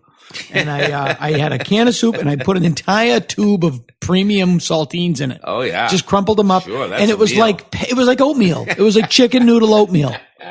I think so. You know what? It filled me and I was happy to have it. I don't care how old I get and how many people tell me it's not good for you when you're sick, but saltines and ginger ale is all I want. Oh, yeah. Feeling underneath. I could eat a saltine. I can't eat nothing else. And I'm like, give me another one. Your mother would go, see if you can keep this down. Yeah. Oh, you poor thing. See if you can keep this down. What was the farthest you went to ever stay home from school? You know what we used to call that when I was a kid?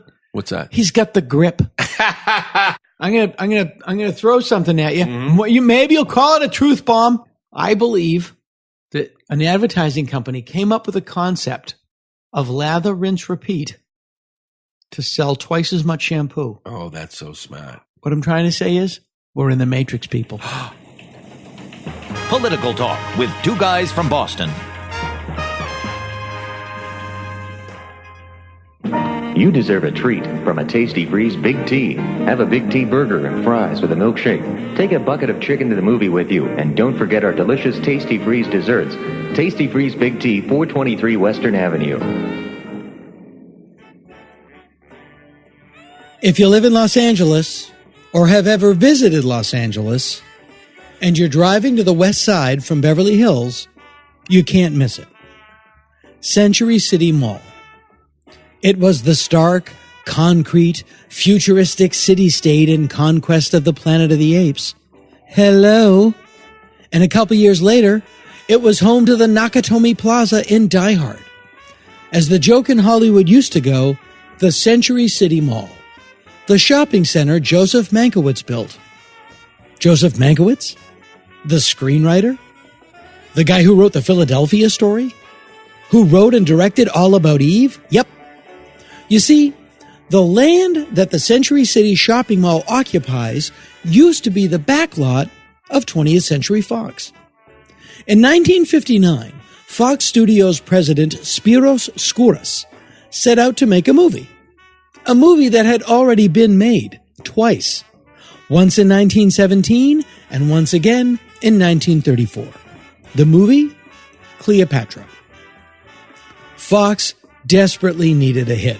Spiros Skouras was a businessman, not an inspired studio boss. As the saying goes at the time, Fox was the only studio that could put John Wayne, Elvis Presley, and Marilyn Monroe into movies and not make any money. For this third telling of the Cleopatra story, Spiros Skouras hired Walter Wanger to produce and Ruben Mamoulian to direct. Now, Wanger did not want Mamoulian directing the film, and Skouras should have listened. 1, Mamoulian was a bad pick for a movie this size. And Walter Wanger was not someone you crossed.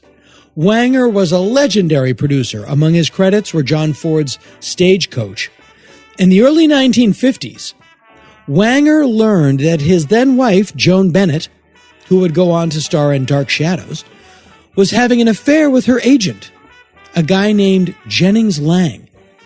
Wanger staked the couple out in the parking lot of MCA, confronted them, and shot Jennings in the groin. Point taken. But Walter Wanger was rich and powerful, and his friends were richer and powerfuler. And as a result, he got off pretty easy, spending a mere 4 months in a low-security jail that was then called an honor farm. One does not know how, in the aftermath of the shooting, Jennings Lang got off. But Wanger did know who he wanted in the title role. For a larger-than-life character, you need a larger-than-life actress. And so Elizabeth Taylor signed to play the Queen of the Nile for a then record-setting sum of $1 million. Elizabeth Taylor as Cleopatra, Siren of the Nile. Her stunning beauty and notorious intrigue turned the tide of civilization. The film told a very simple story. After the Battle of Pharsalus in 48 BC, where Julius Caesar defeated Pompey the Great, Pompey fled to Egypt to enlist Pharaoh Ptolemy XIII and his sister Cleopatra for help. Caesar follows Pompey to Egypt, but Pompey is double-crossed by Ptolemy and ends up having his head given to Caesar as a gift. Caesar is given another gift by Cleopatra, that gift being Cleopatra, who convinces Caesar to help her unseat her brother from the throne of Egypt. But soon after, Cleopatra comes with grave news. Her brother has learned of his treachery, which is really her treachery, and has surrounded the palace with his soldiers. "Oh yeah," says Caesar, or something like that, who then orders his troops to burn the Egyptian fleet, which sits anchored in the harbor. The fire spreads to the city, destroying the Library of Alexandria. Now, Caesar could have fought the fire by pulling his troops away from the battle to fight it, but he refused. By the next morning, Caesar is, for all intents and purposes, the ruler of Egypt. He banishes the pharaoh Ptolemy and his forces to the eastern desert, where they face certain death. Caesar then installs Cleopatra as the queen of Egypt and wishes himself to become the king of Rome. He marries Cleopatra, has a son with her, and returns to Rome, where he is declared dictator for life.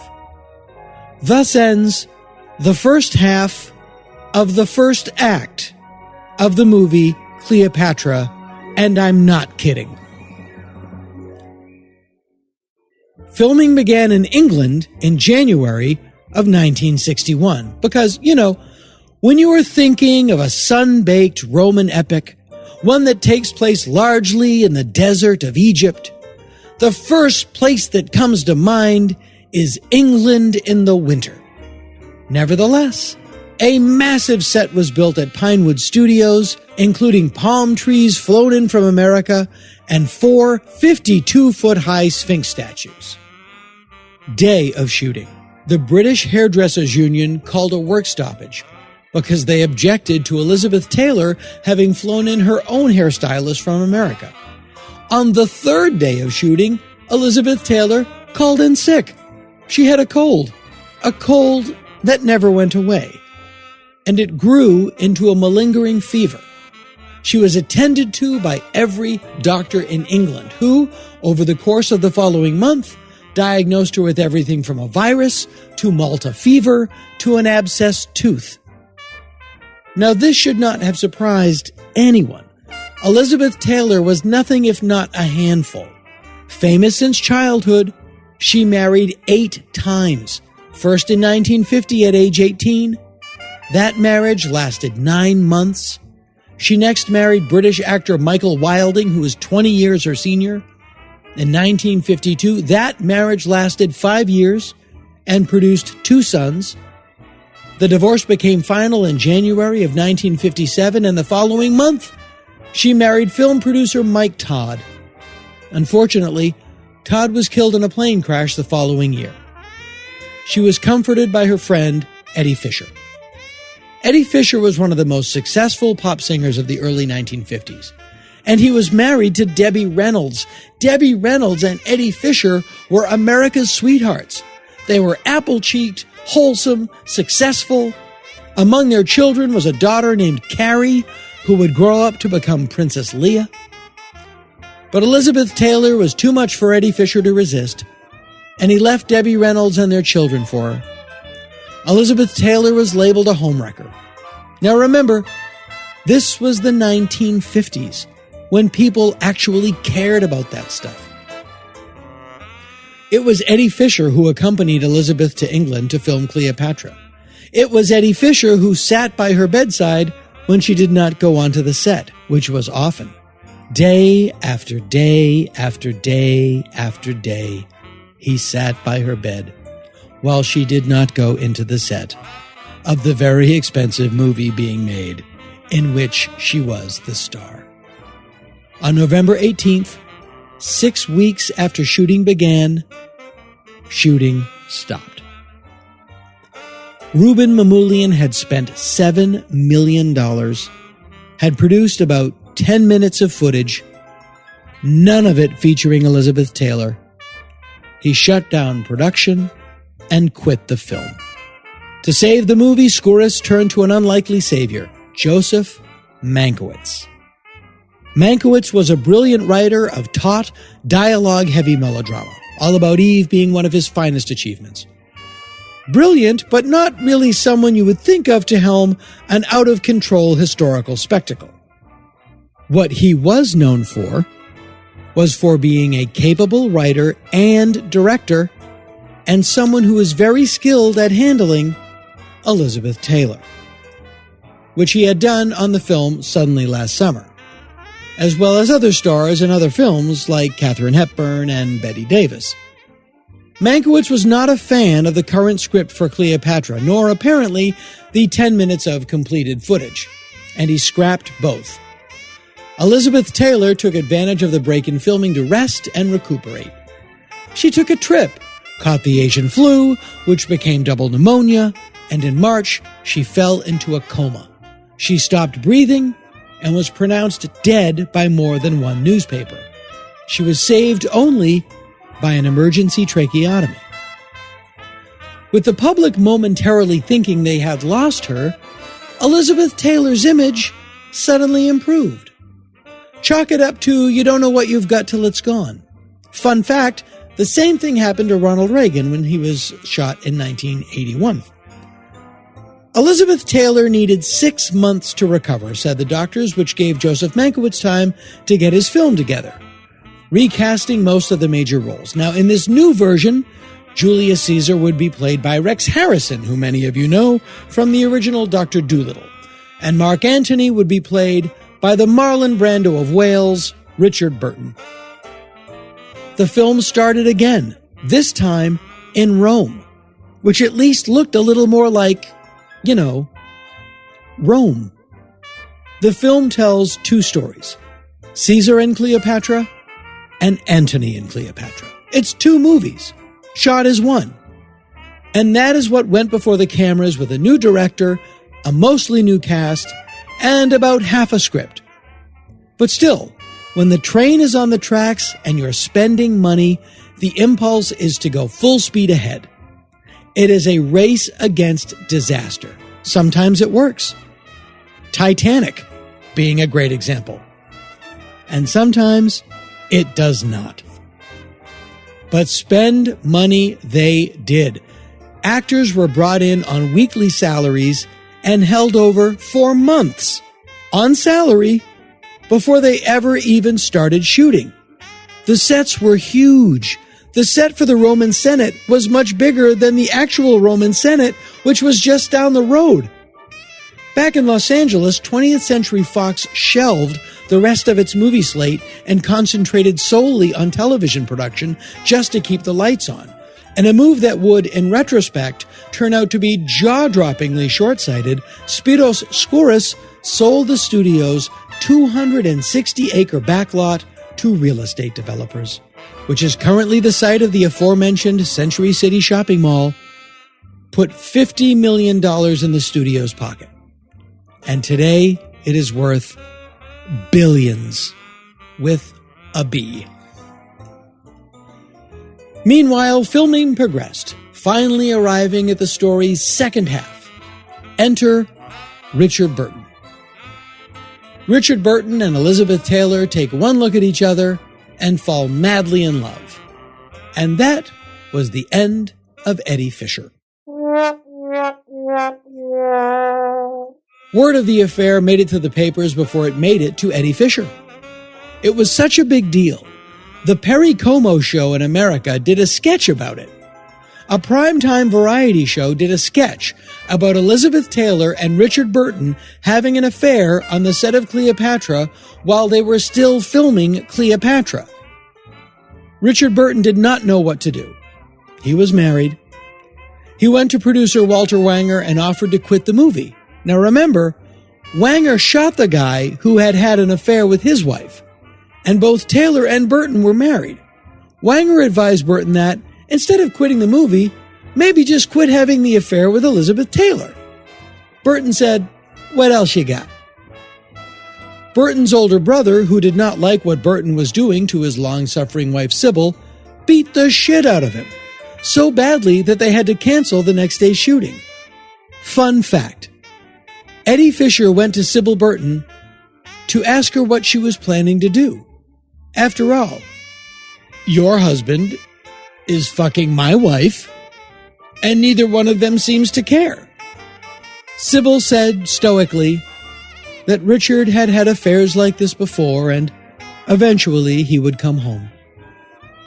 When the news reached Richard Burton that Eddie Fisher had spoken to his wife, Richard Burton was infuriated. The husband of the woman he was fucking had the audacity to speak to his wife. Some people. Back in America, the board of 20th Century Fox was getting itchy, and a small faction of its members were planning a mutiny to overthrow Spiros Skouras as the head of the studio. Meanwhile, the scandal and the filming wore on. The scandal getting far more press than the film. Actually, more press than anything else going on at the time. It was so big that at one point, the Vatican published an open letter accusing Elizabeth Taylor, herself a Catholic, of erotic vagrancy, whatever that is. A U.S. Congresswoman from Georgia attempted to block Elizabeth Taylor's re-entry to America, her own country, as she was undesirable. Filming of the movie wrapped in the summer of 1962. Now let's remember, the first version started in the winter of 1961. In addition to principal photography being wrapped, that was also a wrap on Spiros Skouras. To replace him, the board in New York installed a guy at the head of the studio who had already run Fox. In fact, the guy who built Fox, Darryl F. Zanuck. Darryl Zanuck started his career as a writer and producer for Max Sennett, eventually moving to Warner Brothers, where he became the head of production.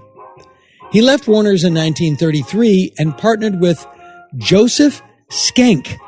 I have heard it pronounced that way, and I'm going to pronounce it that way. I could be incorrect. Apologies to the Schenck family. Apologies to the Schencks. Anyway, Zanuck and Schenck formed 20th Century Pictures.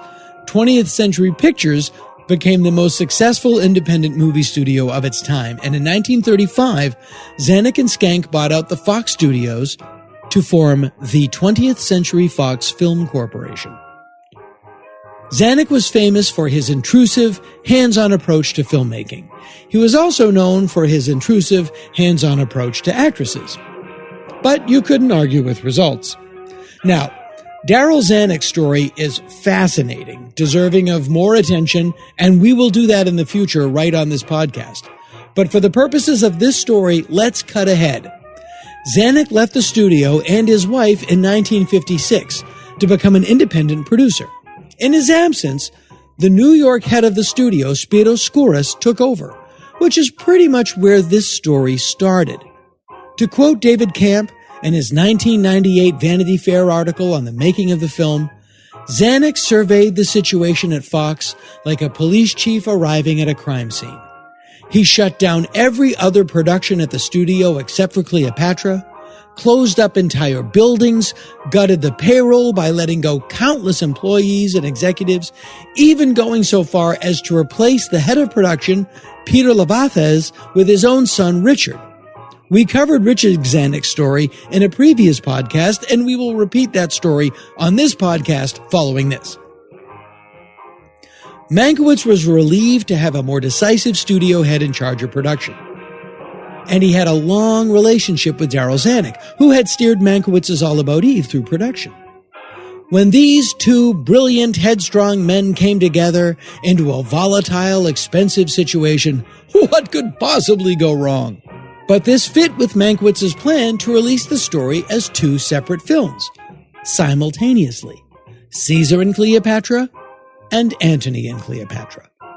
Fox was dead set against it. One, because it would be a distribution nightmare, and as far as Caesar and Cleopatra was concerned, who, said one exec, wants to watch Elizabeth Taylor fuck Rex Harrison?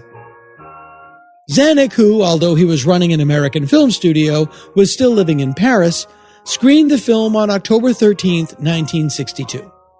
Mankiewicz did not hear from Zanuck for a full week.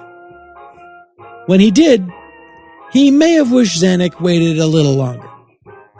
Zanuck sent him a 9-page, single-space letter that began thusly: "On completion of the dubbing, your official services will be terminated." And then it got mean. Historical note, from my calendar, this puts the arrival of that letter smack in the middle of the Cuban Missile Crisis. So October 62 was a fun month for Mr. Zanuck and Mankiewicz. Joseph Mankiewicz responded, refuting every charge. "I am, I suppose, an old whore on this beat, Darryl," said his letter, "and it takes quite a bit to shock me. But never could I imagine the phantasmagoria of frantic lies and frenzied phony buck-passing that you report in your letter." Eventually, the two men calmed down. Zanuck admitted that some of the larger scenes eliminated for budgetary reasons by the previous regimes were, in fact, essential to the storytelling, and they were reshot. We were now 29 months away from the film's first day of shooting. Together, the two men, with Mankiewicz bucking all the way, brought the film in at 243 minutes. Cleopatra debuted to fair to middling reviews, but solid business. Not a runaway hit, but not a runaway flop. The film was okay. Cleopatra would go on to become the top-grossing film of 1963. But because of its budget, it would not go into profit until 1966, when the money from its television sale finally pushed it into the black. Now, before I go on, there is two side stories I have to tell. Roddy McDowall is in the movie Cleopatra, and he was friends with both Elizabeth Taylor and Sybil Burton. Elizabeth Taylor did break up the marriage of Richard Burton and Sybil Burton, but they were not a couple for the rest of their lives. Towards the end of his life, Roddy McDowall had a dying wish. He wanted his two friends, Elizabeth Taylor and Sybil Burton, to bury the hatchet. And they did, over his deathbed. And I wrote part of this story in that very bedroom. In the guest bathroom of Roddy McDowall's old house, when Roddy McDowall lived there, he had many photos on the wall, and on the back of the door was a framed letter from 20th Century Fox apologizing to him because they mistakenly submitted him for a Best Actor Oscar and not a Best Supporting Actor Oscar, which they were sure he would have been nominated for. And you can see that bathroom and that letter if you go to Roddy McDowall's bathroom at the Hollywood History Museum in the Max Factor building off Hollywood Boulevard. And you can see the house that was around the bathroom if you're a friend of mine. But the film Cleopatra did make history, and it changed Los Angeles. And you can see it for yourself. The next time you're in LA, head west on Santa Monica Boulevard. As soon as you clear Beverly Hills, keep your eye out for Avenue of the Stars. Then look to your left, and there it is. The mall that Joseph Mankiewicz built. Great story if it ends there, right? Well, it doesn't have to for you. Why not see the film for yourself? Or, probably a lot more interesting, read producer Walter Wanger's account of the making of the film My Life with Cleopatra. Or get the lowdown on Darryl Zanuck and all the moguls who invented what we now know as Hollywood in the excellent book An Empire of Their Own by Neil Gabler. All of this and more awaits you. Just toddle on down to danagould.com. You can click on the Amazon banner and shop away. You get what you want, and for not one extra penny, we get a couple shekels tossed our way to keep the lights on here at the podcast. My God, buy Mike Reiss's Springfield Confidential, why don't you? Hey, by the way, while I'm tugging your coat, there's an all-new Dana Gould Hour t-shirt shop available at danagould.com/store right on my website. And that's where you'll find our new Charlton Heston-inspired, ape-tastic This Is the Sound of My Voice t-shirt featuring an excellent design by my friend Mark Tavares. We also have official Bevilacqua heating and air conditioning shirts. All the shirts in the new store are printed on demand, which means you can choose from a variety of colors and styles to find the one that's just right for you. Also on the homepage of danagould.com, you'll see options to donate to the show or subscribe through PayPal. Every cent goes back into the show. Please know we appreciate what, if anything, you can do. I have been talking about Patreon. I might do it. I don't want to do it if it's not worth your while or my while. I don't like taking money for crap I don't earn. So when I announce it, it'll be as Jerry Lewis once said to someone I know, if it's got the laugh and the love and the hugs, it'll be a thing.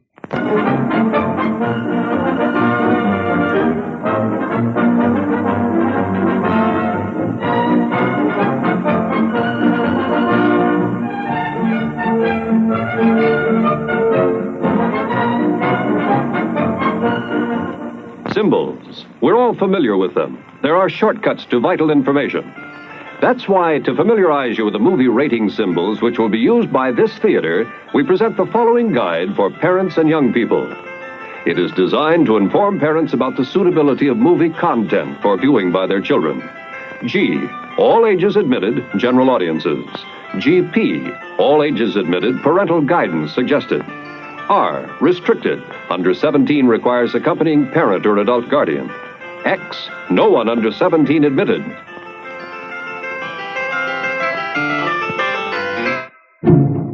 It is one of the weirdest studio movies ever made. Certainly one of the darkest. And for a film that takes place 2,000 years in the future, painfully indicative of its time. 1970s, Beneath the Planet of the Apes. The story of the original Apes is one we'll have to get into another time. Lord knows, I could gas on about that movie until the cows come home. But to tell this story, the story of the first sequel, we do have to back up a little bit.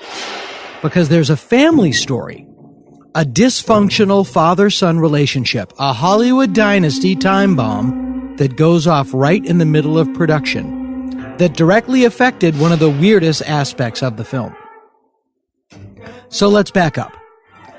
Darryl Zanuck was one of Hollywood's original movie moguls. He started out working under Jack Warner at Warner Brothers in the 1930s, eventually leaving to found his own company, 20th Century Pictures.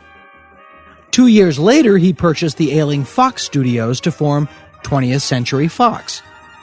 Zanuck was, by all accounts, a womanizing tyrant, but a successful one, which is all that matters. In the early 50s, Zanuck, fed up with Hollywood, left the studio and moved to Europe to become an independent producer. In his absence, the studio fell apart. Although he was still the company's biggest shareholder, 20th Century Fox was then being run by a man named Spiros Skouras. Among Skouras's infamous productions was the 1962 Cleopatra, starring Elizabeth Taylor. This film went so over schedule and so over budget that 20th Century Fox was actually forced to sell off its own backlot as real estate in order to raise cash to stay open. If you're ever in Los Angeles and you go to the Century City Shopping Mall, you are walking on what was Fox's old backlot, courtesy of Elizabeth Taylor. In the midst of all of this chaos, Darryl Zanuck was lured back from Paris to run Fox. But not wanting to leave, he needed someone in Los Angeles to mind the store. Enter Darryl's son Richard. A 28-year-old producer in his own right, he had produced the excellent film of the Leopold and Loeb murders, Compulsion, starring Orson Welles. Darryl Zanuck asked his son Richard Zanuck to come up with a list of potential candidates to be 20th Century Fox's new head of production. Richard Zanuck came up with a one-word list. It said, me. Now, it was nepotism, but Richard Zanuck was no lightweight. He was raised in the shadow of his father's success. He was an intense guy, intelligent, committed to carving out his own name and fortune. Faced with the financial debacle of Cleopatra and a couple other nightmare productions, several involving Marilyn Monroe, who was at the time circling the drain of her own mortality, Richard Zanuck came up with an unusual but undisputed way to save money. He shut down the studio. 20th Century Fox closed its doors with no one on the payroll save a couple of janitors and a lawyer, or two. After a couple of months, their finances stabilized and the studio reopened. It produced a couple fast, low-budget, light entertainment movies. One of them, What a Way to Go, starring Shirley MacLaine, where she was replacing Marilyn Monroe, who by that time had moved from Hollywood to heaven. Another Monroe feature, Something's Got to Give, which was in production when she died with her and Dean Martin, was released as Move Over, Darling, now starring Doris Day and James Garner.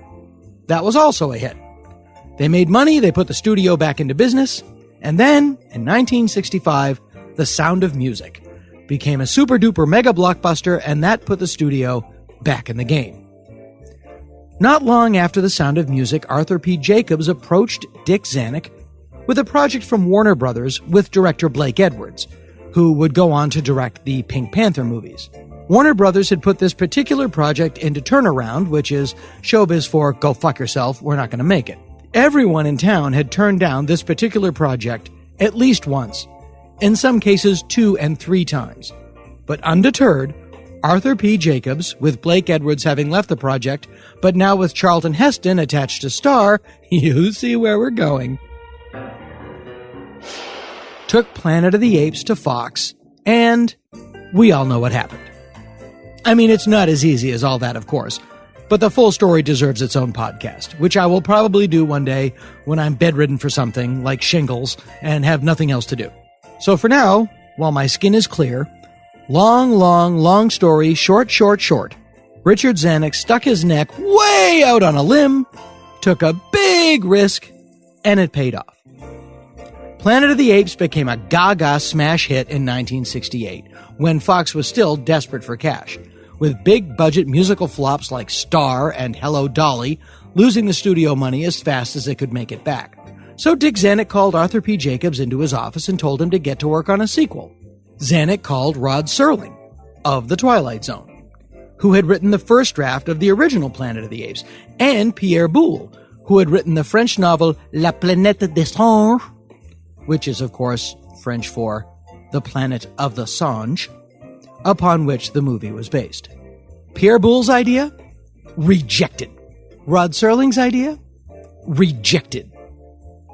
Finally, Paul Dane, who had written the script for, of all things, the James Bond masterpiece Goldfinger, he figured out the one thing that Boulle's and Serling's pitches had lacked. A new, fresh element. And out of that idea came one of the weirdest, bleakest, most fucked up major studio movies ever. Dane said, hey, what if there was a race of horribly disfigured, radiation-scarred, telepathic human mutants living in the rubble of New York City who worshipped an active nuclear warhead as if it were a god? And Arthur P. Jacobs said, sure.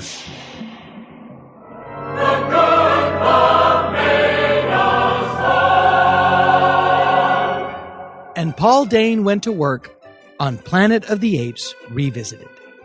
Now, this was back in the days before sequels were the backbone of the movie industry. In the late 60s, sequels were something right above a carnival ride on the showbiz cool meter. So when somebody finally got around to mentioning this project to Charlton Heston, who was supposedly starring in it, he said, I ain't doing that shit. Well, all right. Let's hear him tell it. Dick Zanuck called me. He said, Chuck, we have to do a sequel, you know. He said, this film is enormous. I said, I don't want to do a sequel. That's like the Andy Hardy series. And he said, Chuck, I can't make the sequel if you're not in it.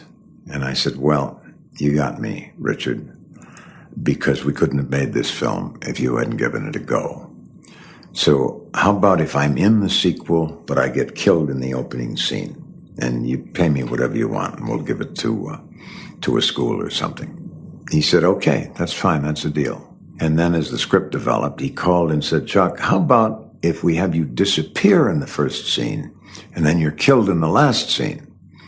And I said, yeah, I guess. Okay, fine. What the heck? So they came up with the idea of another astronaut, originally offered to Burt Reynolds, but eventually going to James Franciscus. Another big role in the new film is General Ursus, who's sort of a guerrilla version of General Curtis LeMay, who is a member of the United States Joint Chiefs of Staff. He's the same man George C. Scott is making fun of in Dr. Strangelove. He was the architect of the firebombing of Japan. That role was originally offered to Orson Welles, but Welles turned it down because he didn't want to wear a mask. Co-producer Mort Abrams said, but Orson, the very origins of theater, all great Roman actors wore masks. And Welles said, yes, but can you name any of them? The original ending of Beneath the Planet of the Apes was intended to be a somewhat happy one, in a bizarre late 60s, early 70s, super freaky way. After a war between the guerrilla army and the radiation-scarred telepathic mutants, Charlton Heston's tailor detonates the bomb, which wipes out the ape army and all of the mutants, but leaves the rest of the apes and the humans above ground free to live happily ever after in peace and harmony. The film was supposed to end with the pacifist apes releasing the wild humans from their cages, and then flashed forward a couple hundred years to an ape teacher in front of a classroom full of children. Ape children, human children, and yes, ape-human children. That's right. That was the proposed ending. That one day when all of the meanies were killed, apes and humans would live in such harmony, they eventually would start fucking and having babies. This is not only true. They went so far as to do a costume and makeup test on the little feller, and you can see him as the icon of this episode. Charlton Heston had a different idea. He wanted the bomb to blow up the entire world, killing everyone and everything, and ensuring there would be no more sequels. And everyone said, no fucking way. There are dark endings, and there are dark endings, but blowing up the world and killing everything is a darkety dark ending, and we don't want to send audiences out into the lobby having just seen the end of the goddamn world. So no.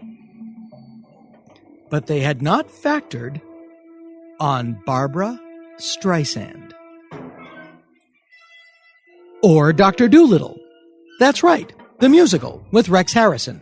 Also produced by Arthur P. Jacobs and also, along with Barbra Streisand's Hello, Dolly, a giant mega flop.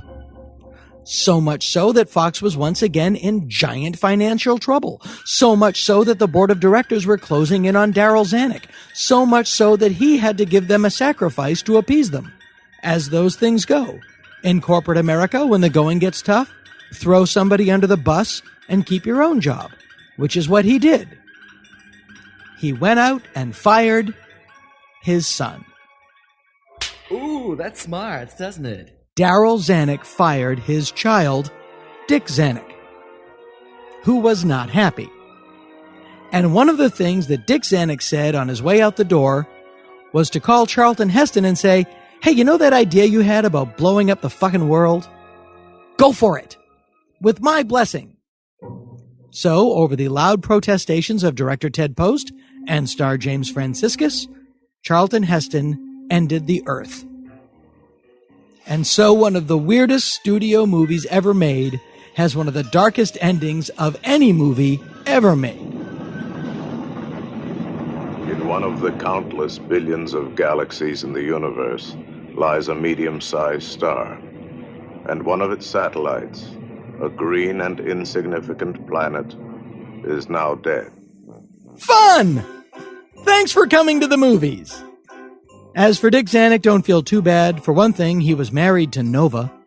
He also went on to become one of the most successful independent producers in history, producing The Sting, Jaws, Driving Miss Daisy, among many, many others. He passed away only recently and is quite a beloved figure in showbiz. One last note. The narrator's voice at the end of Beneath the Planet of the Apes belongs to Paul Frees, who should be familiar to anyone who has ever visited Disneyland. Something new is waiting for you at Disneyland. It looks rather innocent, just a big old mansion. But there's a twist. You see, this mansion is haunted.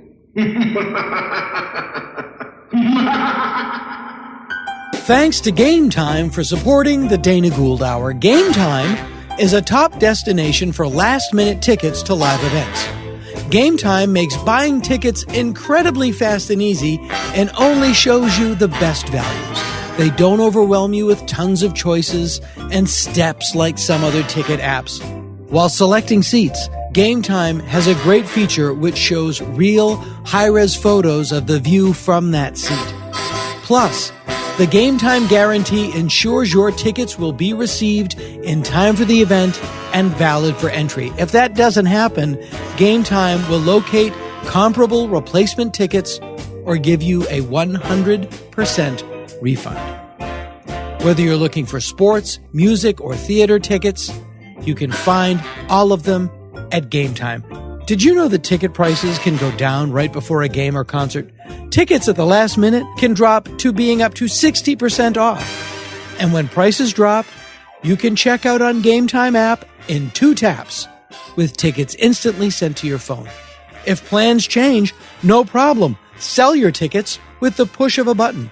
Game Time sells tickets for all major venues across the U.S. and Canada. Download the app for iOS or Android. For $15 off your first purchase, visit usegametime.com/Dana and use the promo code Dana.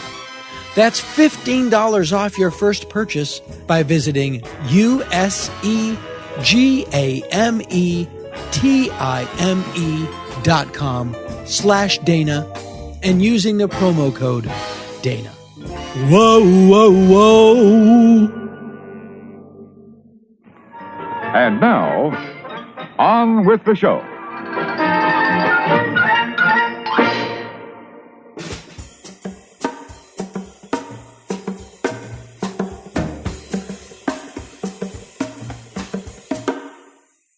And your dad liked Bobby Kennedy. Oh, he loved him. He was. Yeah. They were. That's the thing. It's like he worked for him. He knew him, and he loved him. It's not like this. He loved him. They were. I mean, he was. My dad was not.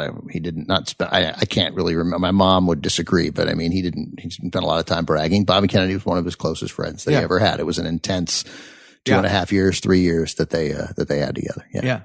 And the fascinating thing about that story, and people really should, there's a brilliant Netflix documentary called Bobby Kennedy for President. Don Pierce directed it. Produced by Radical Media that produces my TV show. All right, there you go. All right, good. Stand Against Evil, premiering Halloween night on the IFC. Yes, it's really a network. We don't know if he would have gotten the nomination. We don't know if he would have beaten Nixon. We don't. My dad was very confident that he would have gotten the nomination. I'm confident he would have gotten the nomination. Yeah. I'm not confident he would have beaten Nixon. Yeah, I mean, there's no way to know. There's no way to know. And the other fascinating thing, and this is the movie, is that, and we had this deep dive, but like Lyndon Johnson, who was the Democratic president of the United States, hated no one on the planet more. That's right. Than Bobby Kennedy. The Democratic senator from New York.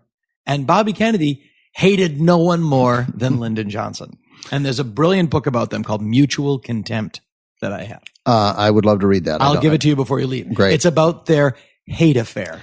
Yeah, I think I always think of it as more Johnson than Kennedy because Bobby, at least in the last years of his life, was just thinking big. Yeah. Yeah, he was less petty than he had been. I suspect in 1964 it was 100% true. It was also that, and they both had their reasons.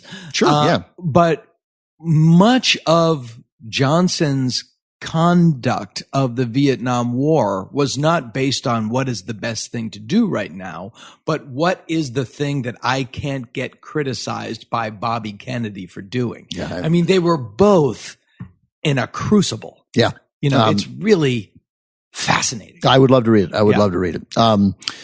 So you can check it out today. And when does it have to be back? Anyway, my dad went to work for Bobby, and then so he thinks he would have won the nomination, and and then obviously we don't know who, any election when it comes down to two people, as we've now witnessed, anybody can win. Humphrey very nearly won. Yes. So I have this sense that he would have won. that a Democrat who had so clearly distinguished themselves from Johnson. Yes. Right. And as partly out of what you just said in describing their relationship. And that's why he ran, because we gotta beat this guy. Yeah. I think that would have, I think he declared to run right after Johnson said he wouldn't run. It was a little bit. It was right, but they were going to run. Eugene McCarthy and all that. So you really should see the documentary. It's so good. It's so good. Just the standing ovation that Bobby gets at the Democratic Convention in 1964 is. I mean, you can watch it on YouTube, but it is. Oh my God, it's beautiful. And Don Pierce, the director, that lets it play. Yeah, in the doc. And he says. It's the 1964 Democratic Convention. Johnson has been the president because Kennedy was assassinated, and he's now the president, and he's really going to be a legitimate president, and he's going to run for the office, and he's going to get elected.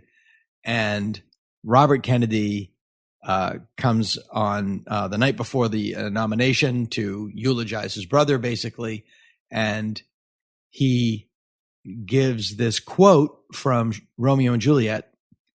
I'm doing it from memory, so I might not get it perfectly right, but it's something along the lines of, when I think of the president, I think of what Shakespeare wrote in Romeo and Juliet, that when he shall die, cut him out and make of him little stars, and he will make the face of heaven so fine that all the world will be in love with night and pay no worship to the garish sun. And Johnson goes, he called me garish! Like he gets Johnson, like, they had nothing to do with you. And, or did it? Like, or was he like, pay no worship to the garish sun? He's like, was that a shot to Johnson? That was the level of their mutual right, but that's also an indication to me that it was not equal. That's what I mean. That Johnson had this sort of intense fear and of many people. He had a Trumpian insecurity. And Bobby clearly, after his brother's murder, I guess he didn't go to therapy, but he came out of that like somebody who had gone to therapy. Yes, right? Very self-aware. Became very self-aware and emotionally revealing in a way that he had not been that he had not been before. Yeah, exactly. It's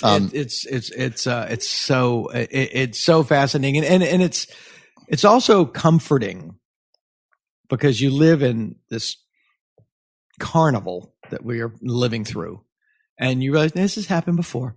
You know, we have been on the brink before. We have had, that's right, domestic bombings, Reconstruction. That's right. The Civil War. You know, this country has turned itself inside out many times. Heated protests in the streets that were put down with violence. Yeah, and the president inflicts his psyche on the country, which is why you know it's a great line. Johnson and Nixon were both certifiably insane, right? And they were president from 64 to 74 combined. Oddly, 10 of the more tumultuous years of the latter half of the 20th century. Right. You know, not a coincidence. Right. And now we're in another period sort of social awakening, I think, very clearly. And we have another insecure, somewhat psychotic president. Yeah. And we're going through we are going through the death rattle of the post-World War II world. That's right. And this may be the new world order that George H.W. Bush thought he was seeing. Right. It was 30 years too early. Yeah. Right.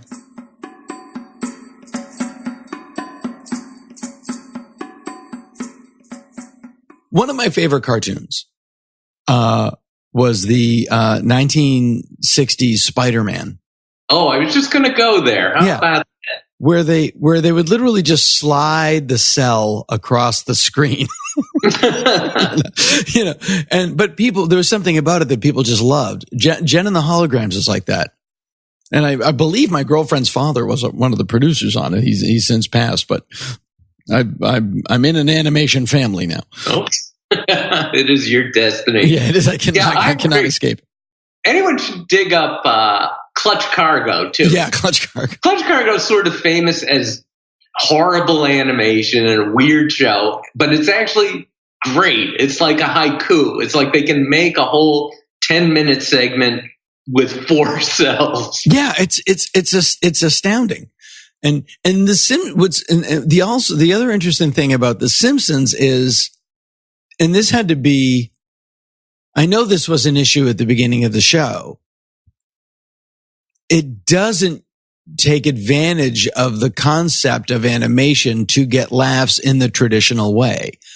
And that is something that I know was an issue when you screened the pilot or the first episode.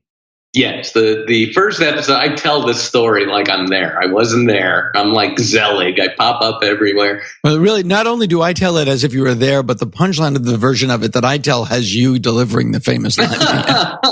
I don't even work for The Simpsons. I've seen a handful of episodes. They're the family. You worked for OJ. That's the.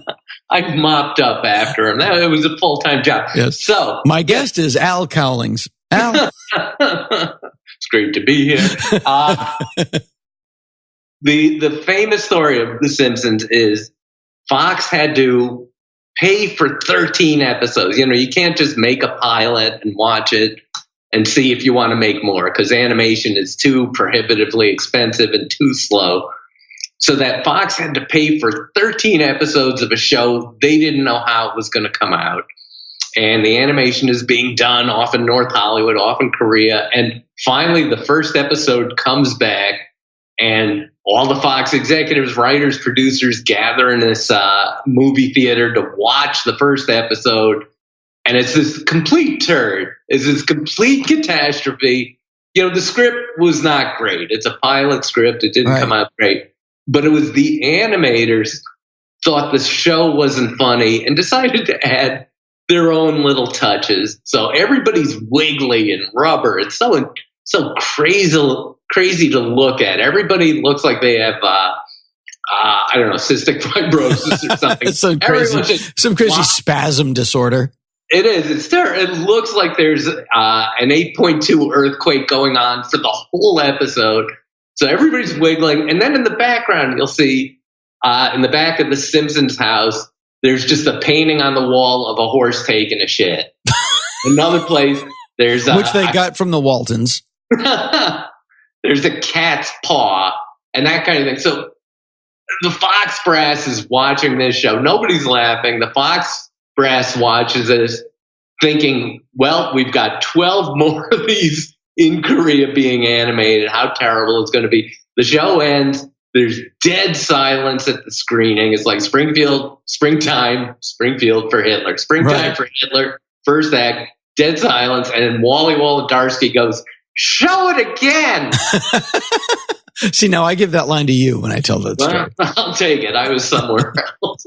I think it was a Gary Shandling show working till 3 a.m. on a hair joke.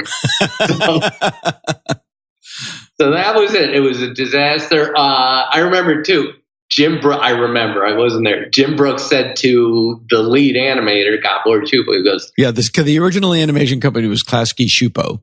Right. And they were very talented. It was one guy. I won't name the guy because they got rid of him very quickly. But he says to Gabor, who's Hungarian, he goes, that was shit. And Gabor goes, shit? What do you mean shit? And Jim Brooks goes, I mean a noxious substance which causes illness and disease. And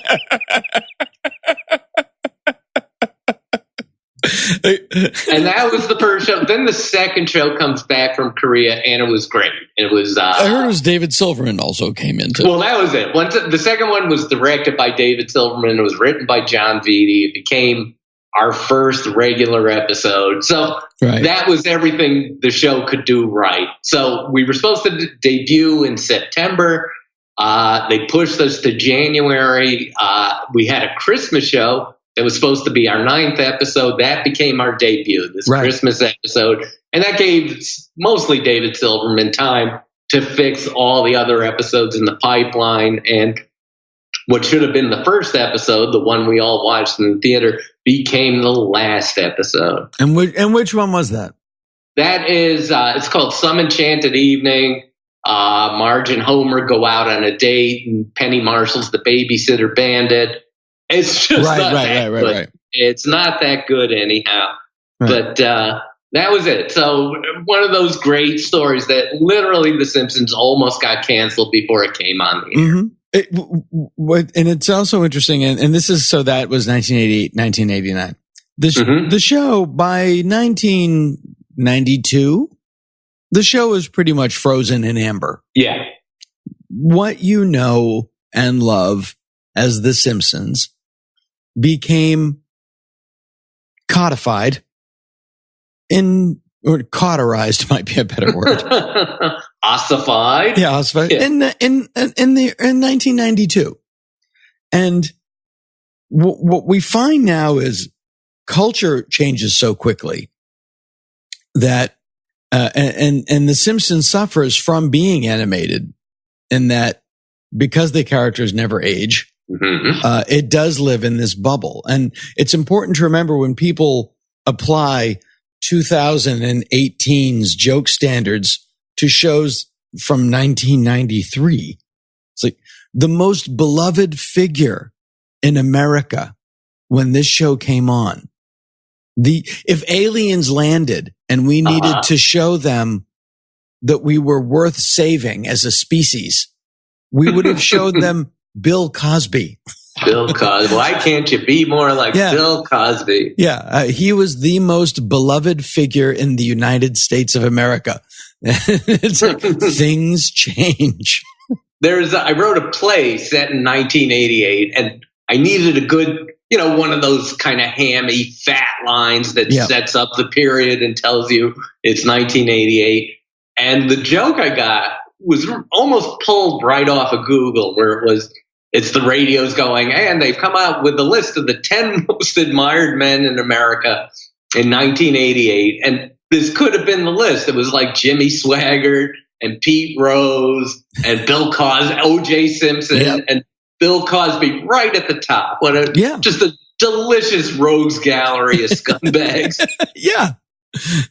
People didn't know the humor is, Sarah Silverman gets grief for a vaguely pedophile joke from 10 years ago. It's like, it's 10 years ago, a long time ago. Yeah. Three Stooges were, it's like, you want to see something dated? Watch Gone with the Wind.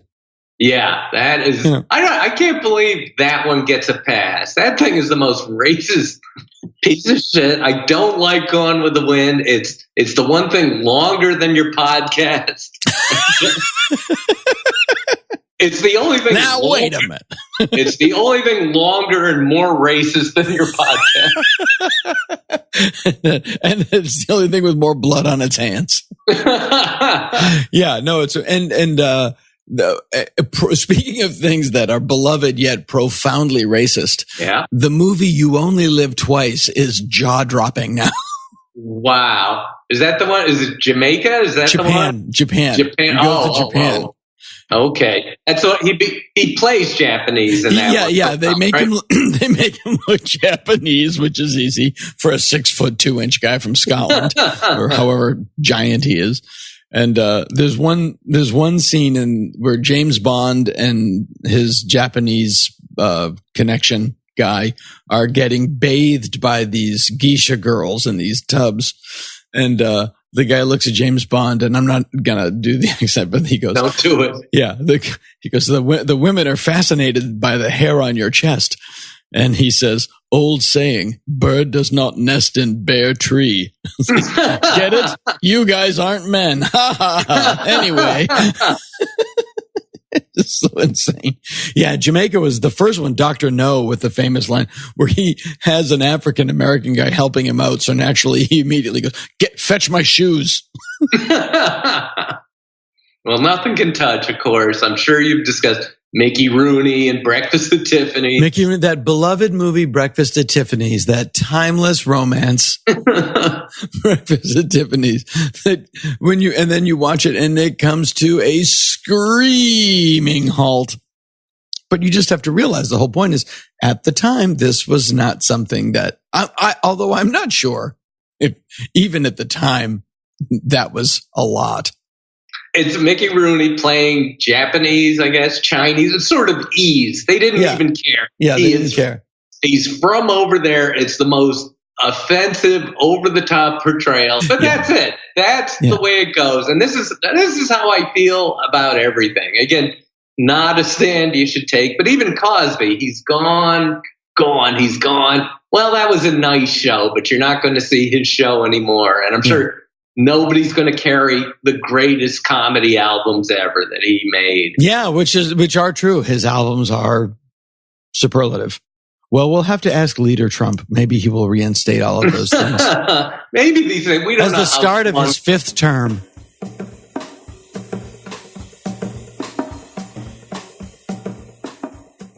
We've come through bad times before. Those shouldn't be taken to minimize how bad this time is. As much as people may have objected or disagreed with either party at the time from 1964 to 1974, both parties had in them people and in leadership positions, people, despite their massive flaws, interested in governing. Yes. And now we have a party that is interested in ungoverning. Yes. Like they want to not govern. They want to do nothing. Yeah. Or do actual harm. Yeah. And then at a minimum do nothing. And I believe that started, and Reagan said government is not the solution. Government is the problem. Right. And I don't think he meant that in a toxic, corrosive manner. No, it was a really nice line. It was a good line. And I think underneath it was usually private solutions are better than government. And there was a fine argument to me. You want the government to run something? Great. Go to the post office and then the DMV. Right. That's right. You know. No. It meant, or at a bare minimum, that sometimes we could privatize some things a little more private sector help is not bad. People, that was taken to mean over the course of years, all government is evil. That's right. And forgiving the Democrats many flaws, as I've said, if Trump gets any worse, the Democrats might actually do something. Right. Chuck Schumer is sending out a fax blast today. My next 2 words were about to be Chuck Schumer. Yeah, just you exactly. beat me to it. Yeah. Yeah. But that aside, for 30 years, the right-wing media world has been creating this false reality of like, government is evil. You don't have to believe anything you don't want to believe. That's right. And now they are being destroyed by it's Frankenstein. That's right.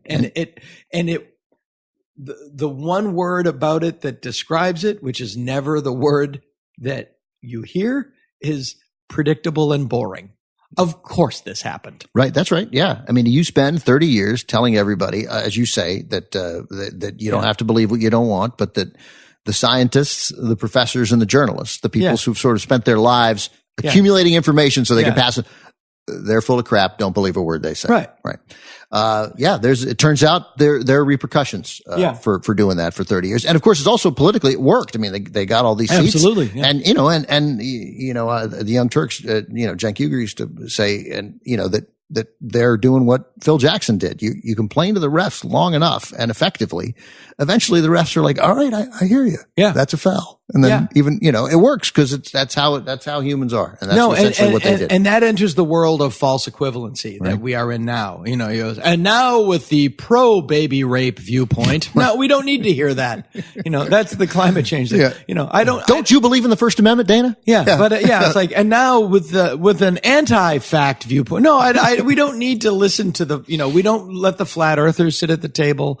There is such a thing as objective truth. And that was the terrifying thing about the Trump administration was immediately they said, this is a large crowd.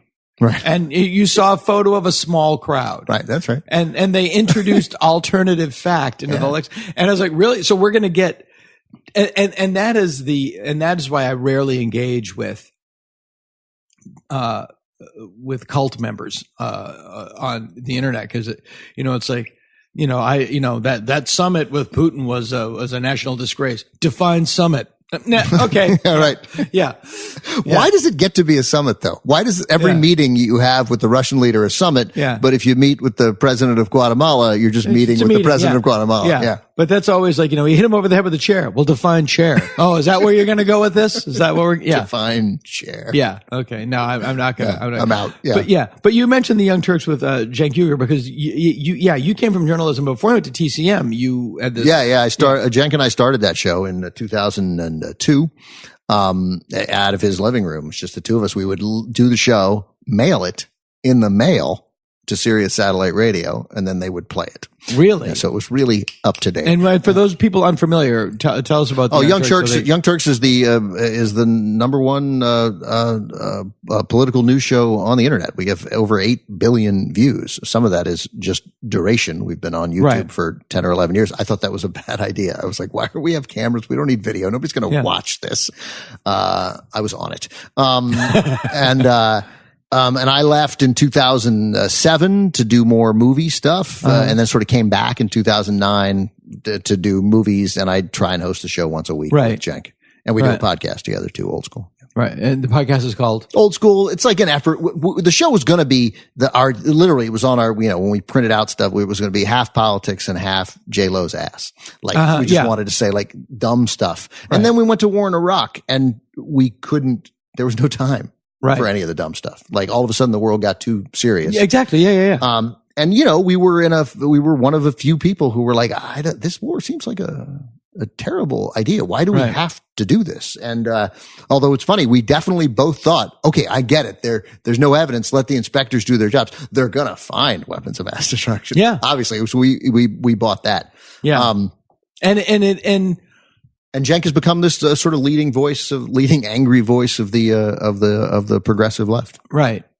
And he was on MSNBC. He was on MSNBC for about a year and a half. Was he on NPR ever? No. I'm thinking of Jordan Kerr, I believe. Yeah. Okay. Right. Yeah. He and Cenk turned down a pretty. Is that guy's name? Jordan? Maybe. Yeah. If you say so. No, there's a, I believe his name is Jordan Kerr or Jorgen Kerr. It's like some very, like a Superman's arch nemesis, his real name,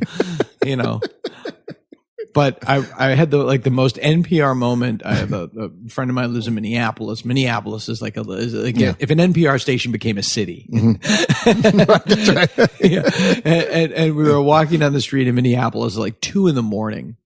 and there was this guy standing in the corner, like interviewing somebody with like a Nagra. And my friend goes, "That's Jordan Kerr." Like, what? It's like, we were leaving like First Avenue. It was like watching a Husker Du show or something. Yeah, that was where Garrison Keillor was, right? My dad, he was president. Don't get in an elevator. Yeah, my dad was, when he was president of NPR, he couldn't bear that show. Me neither. Could not stand it. Too precious. Too precious. It is. It is like, he always wanted to get rid of it, but he understood people liked it. So he I did a show on NPR. I was a panelist on a weekly show called, it was sort of like Left, Right, and Center. And I can't remember the name of the show. And I would always like press them to do more funny stuff. But an NPR version of a comedy show is, what is humor? No, you just killed it. You just murdered it. Yeah, I just you'd listen to NPR in the morning, and then and they'd start some story about the fishing rights of Inuit Indians in Canada, right? And you'd be like, okay, it's important, I'm sure, but I'm not that into it. And then you'd turn the channel, I'd turn to the Bruce Springsteen station, and I'd listen to 4 songs. Yeah. And then you switch back to NPR and you hear, but for the Inuits, you're like, oh my God.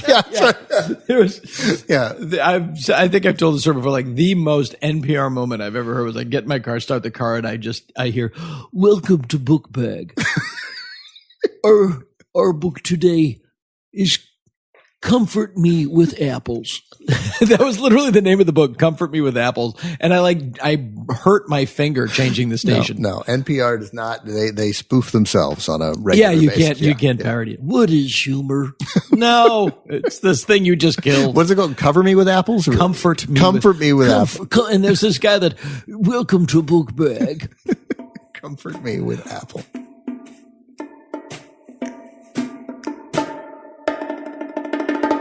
Your book is not just about The Simpsons. No. One of my favorite things in the book is 5 places to die before you go. That's right. Yes, that's they wanted a 70,000 word book. I don't know where they hit this number, but it's 320 pages long. And pick up any book, if you can find a bookstore, everything's 320 pages long. Yes, they wanted that number. And I've seen it because there have been other Simpsons books in the past. There are 50,000 great words you can write about The Simpsons. I had another 20 grand to fill. And so, some of it's of great general interest. There's a lot about Johnny Carson and Gary Shandling, Alf. There's Alf stories in there. But there's some other junk in there about my world travels. I've been to 114 countries. I've been to Iran and Iraq and Syria. Did I say this? I've been to the North Pole and the South Pole. No, and we didn't know that. Yes, if they find an East Pole, I'll go there too. And it's all my wife. My wife drags her patently Jewish husband to 20. She's brought me to 28 Muslim countries, and I go because I am more afraid of my wife than I am of ISIS. As well you should be. Yeah, so there's some attacks on countries, and I got to say, it's a big book full of anecdotes, 500 stories maybe. Everybody's favorite story, I didn't even know was funny. It's just this story about having this terribly anti-Semitic tour guide in Darwin, Australia, who just hated me, hated the Jews, hated The Simpsons. It was just a 4-hour hate fest. And then at the end, he had the one line where he says, "My daughter loves you, Shell. I got to smack her in the face every time she talks about it." And I said, "That's your daughter with leukemia you were telling me about." Meanest man in the world. I'm wondering at the end of the tour, well, how much do you tip the anti-Semitic child beater? And and that's when he asked me for an autographed Simpsons script. Of course. Yeah. Of course. Yeah. It's a good travel story. There's nothing but fun in the book. And people like it. And there's nobody harder to please than a Simpsons fan, and they're enjoying the book. Yes, indeed. And you also talk about that, just of all the questions that I get, the one that always perplexes me, and you talk about it too, is what do you guys think of Family Guy? I don't know why they do it. I mean, I don't mind. It's a great question. But nobody ever says, even South Park, nobody has ever asked what I think of South Park. I don't like South Park.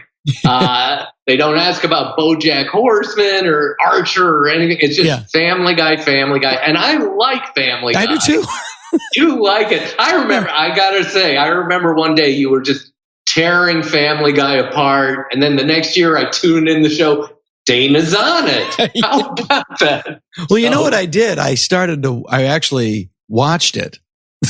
Yeah. Because originally they would when Family Guy came on, one of the things they did quite wisely was just take tons of shots at The Simpsons. Yeah. Like, those fuckers, who do they think they are? And then you watch like, they're actually doing what The Simpsons did when it came on, was you attack what's the top of the hill. That's what comedy is. Right. It was the thing to hate. I mean, one reason I had a soft spot for it immediately, which I think the newer writers on the show didn't have, is they'd come in just raging about Family Guy, go, it moves too fast. It's nothing but pop culture. It's they'll do anything for a laugh. They got no taste. And I remembered, that's exactly what they said about The Simpsons when it came on. Yep. So, and that was it. What Simpsons was to Cosby Show, Family Guy was to The Simpsons. We were the baseline that they had to make fun of. But funny show. Real fun. Yeah, Seth is great. They're all really nice people. And I'm sure there's a show that drives them to distraction too. That's a good one, maybe. And I've heard, we did that. They did it. That's the other amazing story. We did the Simpsons Family Guy crossover. Matt Groening, Jim Brooks, who are so protective of the brand, and Family Guy called, said, we want to do a crossover with Simpsons. And those two guys go, all right, we'll watch it when it comes on the air. And it was like, what happened? What did they put in your drink? And it came on the air. And the story I heard is The Simpsons had no problem with it. It couldn't have been more deferential. But it was Seth MacFarlane didn't like it because it's just an hour of mea culpa. It's just an hour of saying, we stole everything good from The Simpsons. And there's this beautiful panning shot, a long, long panning shot in that episode where they show the Simpsons character and then the Family Guy knockoff of the character. Yeah. I mean, and it goes on and on. You go, wow, you really did take a lot. But I always thought The Simpsons, I always thought that there was, and I colored by memory, that The Simpsons owed more than a little to Wait Till Your Father Gets Home. Maybe. I remember that well. I got to say, the first year we're working on The Simpsons, and I tell the story way too much. Nobody thought it would succeed. Nobody thought the show would last. And, that was it. I was sitting around with the writers 2 weeks before the show comes out, and I said, how long do you think this is going to last? And everybody said 6 weeks. Because in those days, if you did an outrageous show, it lasted 6 weeks. Yeah. And it only hit me later. I go, we made 13, so nobody even thought we'd get to show the whole run. That was the Ben Stiller number. We'll give you 13. Yeah. And 2 years later, I create The Critic, and sure enough, we're off the air after 6. Right. So 6 weeks is what you get. But when we were writing that first season, all I had thought the whole time is they're just going to go, it's a cartoon knockoff of Married with Children. Because everything we did, they did it first. Our whole attitude came right from that show. And they showed America was ready to embrace that kind of cynicism and bitterness.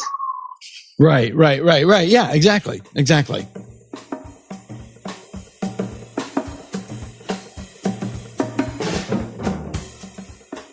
Well, you talk about the Iraq War. What is amazing is you see this. I remember, here's a name droppy story. Yeah. I was sitting next to Brian Williams at the concert at the Lincoln Memorial the day before Obama was inaugurated in 2008. Yeah. And we were talking about how we don't know how history will view George W. Bush, because at the time, like, Harry Truman was also ridden out of Washington, D.C. on a rail. Mm-hmm. And Bush was in the process of that. And he goes, oh, you never know. In 50 years, people might go like, hey, stood up, a simple man who stood up for people. We see that now. That's right. Compared to Trump, it's like, hey, it was great. Yeah, we're so unsophisticated, though, in our thought that we can't, because we've now seen, you know, what's the analogy you used before we started the show? Yeah, Dillinger was bad, but the Joker. Right. That's right. Yeah, that's right. Yeah. So, but Dillinger, still bad. Yeah, right? Exactly. Yeah. And we shouldn't forget that, but like, so I'm reminded because we were talking about the war. So this Rob Reiner movie, Shock and Awe, which is out now. It's not great. But it's okay. And the story is so important. I mean, it's too short. Because it's shock and awe on people who didn't do what we accused them of doing. That's right. So these Jonathan Landay and Warren Strobel, those are the two Knight Ridder reporters who got the Iraq War thing right. Uh-huh. They broke story after story that this intelligence is not right, and they formed this outside group to generate the intelligence, and they're cherry picking their intelligence in this outside group. And here we are, it's 15 years later, and they're still working. I think they're either at Reuters now, or they're McClatchy, which took over Knight Ridder, and they're handsome guys, right? They're well-spoken dudes. And Jonathan Landay and Warren Strobel are not on any Sunday show ever. Right. They're not hosting it. Like, they ought to be. We ought to celebrate them. And when Judy Miller went on the Daily Show, right, and she was sort of defending herself, like, "Hey, everybody got it wrong." Then even she goes, "Well, the Knight Ridder guys got it right." She says, right, and so why aren't they everywhere? Why did I have to, for the 8th time in the last 2 weeks, Google their names because I forget their names? But that's the world we live in. That we're back to, all right, you got it wrong, you did everything wrong, doesn't matter. Yeah. And that enables us to some extent to sort of now see George Bush and George W. Bush in a better light because Trump is the Joker. Yeah, but I also think that we're in a period right now where the editorial boards are going, let's not feature stories where the intelligence agencies were wrong. Right. That's right. Yeah. Let's kind of bury that narrative for the moment. Yeah, that's right. And that has fed, I got people with the Young Turks to the left of me. I didn't think there was much to the left of me. It turns out there is a huge swath of land to my left that I was unaware of. And they don't believe the Russia story because James Clapper lied to Congress. And which he did. But I don't know how many, it was an open, I got it. He lied to Congress. No question. Yeah. And because the intelligence was wrong on the Iraq War. Right. And so they're like, why are you believing him now? And it's sort of that crazy argument about, what do you mean by a chair? Yeah. You're exactly. like, well, that was different. And there were people inside. The reason those Knight Ridder guys got the story is because people were saying, no, those don't exist now. And those fed power, right? That lie fed power. Here, it's challenging power. That's why it's so clearly true. And I have this conversation with folks like that where I go right to just to cut through the chase here. How badly do you want to lose? Right. Right. Yeah. Right. It's how eager are you to lose? Yeah. Obama said one thing that is incontrovertibly true. The guy that gets the most votes gets to do what he wants. Right. Period. Right. And how, and yesterday James Comey said, like, Democrats, please don't run to the socialist left. Yeah. I don't need that message from you. I would like to, since that came up, I would like to read my James Comey tweet from yesterday. Please do. It was a solid one. So in response to the James Comey tweet would be, if the last 20 months have taught us anything, it's that we should revere the keen political instincts of Jim Comey. I'm going to retweet. Right. Yeah. I mean, like he was like, we shouldn't publicize this because it might make us look bad and she's going to win anyway. Yeah, exactly. Right? That was, and by the way, also President Obama's thoughts. Like, absolutely. We don't want to be seen as tilting the scales, as weighing down the side. Yeah, well, I do say, I do agree with what President Trump said about Obama, which was, why didn't President Obama do something about this thing that doesn't exist? Right. That was the great part, is that why I had that tweet too. It's in my drafts of, so wait, did he not, just to be clear. Yeah. You first of all went back and acknowledged last week that it was a mistake and you did say it, but now you're saying he didn't do anything about it. and it's a hoax. So he didn't do anything about the hoax. It's one of the brilliant things that you rarely see is someone contradict themselves within a sentence. Within a single sentence. Within the same sentence. Yeah. Or my name isn't Dorothy L'Amour. Wait, it's not. You're from a Hollywood family. You go into journalism. Oh, yeah. You have this strong, important show that you do, the Young Turks. So where did the movie element come into? Were you hired by Turner Classic Movies because of your affinity with Hollywood, or were like you're telegenic and you know how to read? Just do this. I mean, being telegenic and knowing how to read should not be dismissed. No, it's amazing because knowing how to read a prompter and make it seem like you're not reading a prompter is a skill that unbelievably, like some of the really enormously talented people we've brought in, they can't do it. Yeah. They can't do it. They can act and they're brilliant artists, but they can't do that. I came to love movies later. Politics was my first love, as the nature of this conversation perhaps. So you went from show business for ugly people to show business for pretty people. That's right. Yeah. I was like, the girls are better looking on this side. I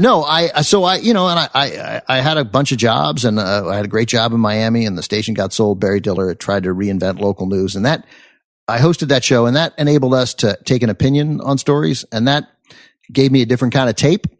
And I didn't want to do local news because it's horrible, right? Yeah. And it's awful. And the number, and if it bleeds, it leads. And twice, two or three times I'd go to the mother of a kid who was accidentally killed in a drive-by shooting or some terrible thing. And, can you come talk? Yeah. Like, what am I doing? Why am I in their lives? And I was good at it. Like I got them to come out and share some story about their kid and you just feel gross. Yeah.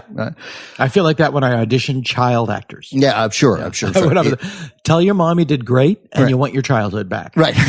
Exactly. You just want to get ice cream and play with your friends. Running around and then the TCM, and I auditioned for a billion shows out here. I mean, everything, horrible auditions for, Whip It Out and, I did blind. Which oddly was originally slated to follow Meet the Press. That's right. Strom Thurmond. That's the ultimate guest on Whip It Out. Yeah. Tonight's guest, Strom Thurmond. So I auditioned for all these horrible shows. I get none of them. And then this TCM audition comes about and real quick, their idea at the time was different. They wanted to do a conversation on weekends. So Robert Osborne, the main host, would continue to do it. And then on weekends, a lot of people know that Ozzy's father. That's right. That's right. Now it's, cause they were estranged, thankfully at the end they were able to reconnect. So he had a pet bat and then Ozzy came in and said, I'll show you. And that was their estrangement. And they were going to have these people. So you'd bring in, whatever, an actor, director, or the kid of the director of some movie, and we'd have a conversation about it. And my first audition was that, comparing the Seven Samurai and the Magnificent Seven.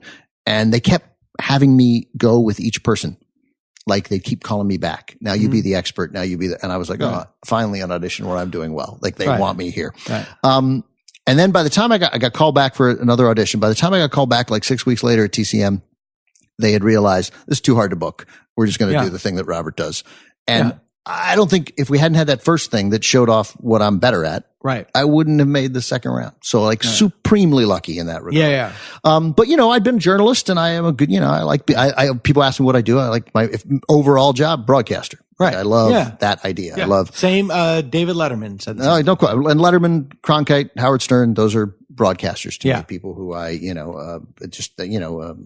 a lot of people know. Oddly, Walter Cronkite, the original fart man before Howard Stern. Is that right? I didn't yeah. Republican convention 1968. It's mostly, Nixon, but, Walter Cronkite did come in on the fart man suit, just like Howard Stern did at the Emmys. Yeah. There's not a lot. You can find it on YouTube, but you got to know what you got to know what the search. Jeremy is here. I went to see a band. I went to see Billy Bob Thornton's band last week, and Ron Jeremy was there. Natch. Yeah. Everybody has their Ron Jeremy sightings in Los Angeles. It's true. He is ubiquitous. So anyway, I got hired, and so and I had only recently sort of in the past, no, not recently, but my love of classic Hollywood had only started at like 25. So I'd done a tremendous amount of catching up. Sure. Growing up in DC, aware of the family's role, but my dad enveloped everything like that. Right. He was the famous Mankiewicz. He was the Mankiewicz who mattered. So then, but it was great. And I think the fact that my last name was Mankiewicz, I'd be foolish to say that it didn't, that it helped. It certainly helped. But, that said, my name's not Ben Spielberg. Most people have no earthly idea. Well, even people who love classic movies, that doesn't mean anything to them. Right. I understand that. Oh, that's interesting. But you do a great, it's a great job. It's one of those jobs like, I'd like to do. Oh, it's the best job. Look, man. Do you fill it out here or do you have to go to Atlanta? I film it in Atlanta, but I mean, you'd go anywhere.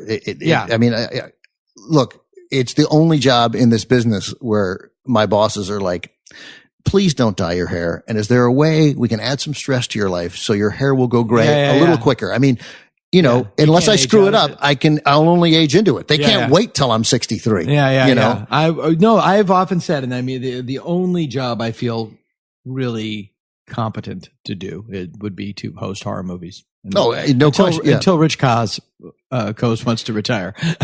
You would, of course. No, that's what. Twiddling my thumb. There's so many incredible. Tonight's film stars famed orgy master Lionel Atwill. Orgy master is no longer used in our military, but it was between lieutenant colonel and was he referred to as an orgy master? Yes. That's great. Yeah.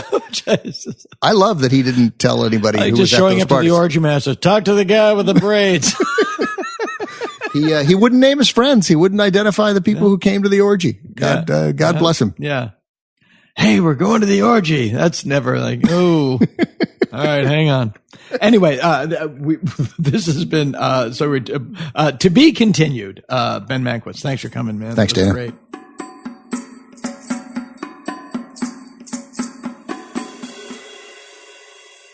In the world of comedy legends, you also worked with Gary Shandling. Yes, I did. With whom you had a very different relationship than Johnny Carson.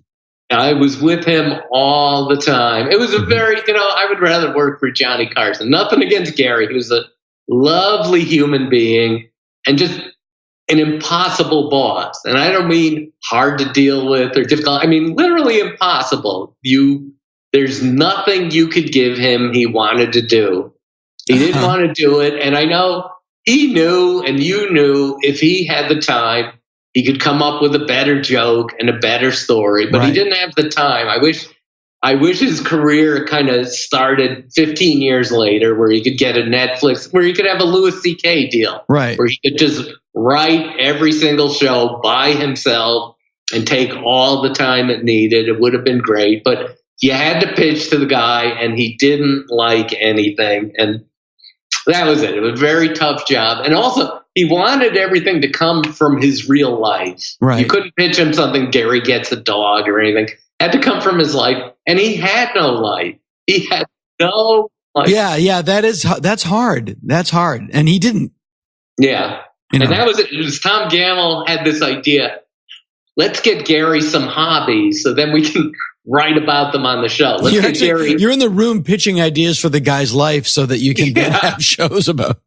Let's get him interested in Monopoly, and then we'll do a Monopoly show. So it was a very tough job. But the funny thing, too, is half the original writers of The Simpsons, including Sam Simon, Jay Kogan, Max Frost, Tom Gamble, me and Algie, all worked on Gary Shandling first. So much of what's unique to The Simpsons was actually on its Gary Shandling show, the weird guest stars, the episode-length movie parodies, musical numbers. It was all on that show first, and yet Simpsons, biggest hit in the land, Gary Shandling show, the second to lowest rated show on TV, number 99 out of 100 week after week. And you have to tell me what 100 was. 100 was Tracy Ullman show featuring The Simpsons. You're kidding me. I am not kidding. It was Shandling, then Tracy Ullman, and that was it. That's how The Simpsons came to be. There used to be these 3 1-minute cartoons, right? Sure. Simpsons on Tracy Ullman, and one day they're looking at the ratings and they go, "Gee, we're an urbane show. We're on 10:30 on a Sunday night. and our average viewer is 9 years old.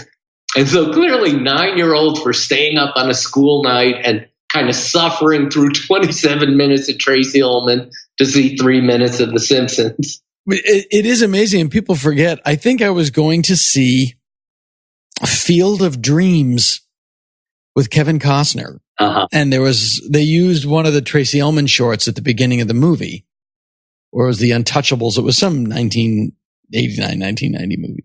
And people in the theater went bananas. I mean, like they did seem like really anarchic, revolutionary little things. And they're super special. There's something, if you try to do an animated show, it's the hardest thing is getting what Matt Groening brought to that show is here's something completely weird looking that you love instantly. And that's so hard, developing a brand new look that's unique and strange and yet instantly embraceable. Yeah. It's very true. Well, there's stories about all that and more in your book, Springfield Confidential. Springfield Confidential. Jokes, Secrets, and Outright Lies from a Lifetime Working at The Simpsons by Mike Reiss. Are you coming into work this week? I'm going in. Yes, I'll be in town Wednesday. Every Wednesday, I have a 6,000-mile commute to That's work. right. How many other people do that? Nobody has ever done it. We've got 5. I meant in the world, not just on The Simpsons.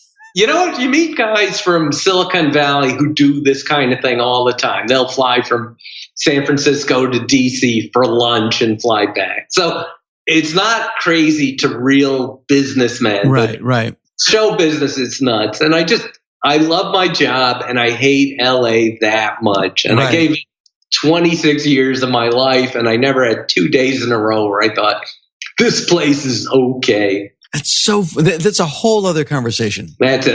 Because I love LA. But you grew up where? I grew up in right outside of Hartford, Connecticut. Yeah. See, I'm from Massachusetts and I love it out here. It's a whole other conversation. And that's it. I couldn't be happier to be back in the Northeast. And it's just me. Nobody has to hate LA like I do. But, wow. Again, I'm the man. I went to North Korea. I will be in New York for the Comic-Con in October. I may be there too, hustling my book. Good. I want to see you again. It was so much fun seeing you. Yeah, let's try to meet up more than once a year, but most definitely I'll see you at Comic-Con this year as I'm shucking my little Simpsons Halloween ripoff show. Your show is great. You beat Sam Raimi. Just real quick, I think only 3 other Simpsons alums have done what you did, which was create a show that went 3 seasons. That epic length, you got that far. It's just Conan and Greg Daniels and David Cohen. And the Simpsons writers, for all their, how much they love themselves and think they're great, have just generated thousands of failed pilots. And you've done it. And we're all sitting there at work going, that's Dana. John Frank was at work saying, I just remember... Do I want to know this story? You tell me. I don't remember this as well, but he said, I just remember him taping up boxes. That seemed to be his job here. Were you mailing a lot of stuff out from The Simpsons? I don't remember that, but it's probably true. I'm sure it was something I was doing for my wife at the time. That was it. He says, I remember him with the tape gun every week. So... That sounds like it's a little, at least I was using my talents. Please pick up the book Simpsons Confidential. If you ever watch the show or believe in OJ's innocence, the book is Simpsons Confidential. Mike Reiss. Thanks, Mike. Thank you, Dana. Bye-bye. Bye-bye. Other podcasts reach for the sky. Dana Goldbaum. We barely try.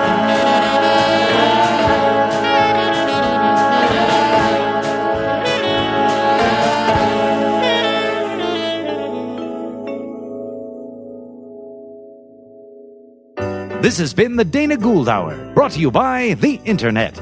Music by Andy Paley, with Jake Posner behind the board. Produced by Jeff Fox. Graphic design and web production by Spencer Hunt and Segan Friend. Sound editing and post-production by Jalinda Palmer and Joe Napolitano. Hey, if you like the show, why don't you drop us a line at show@danagould.com. Tom Kenny speaking. I'm a DJ, I'm a person, I'm a singer, I love to sing and DJ. Boom! Peace out. You want me? Peace out. Boom.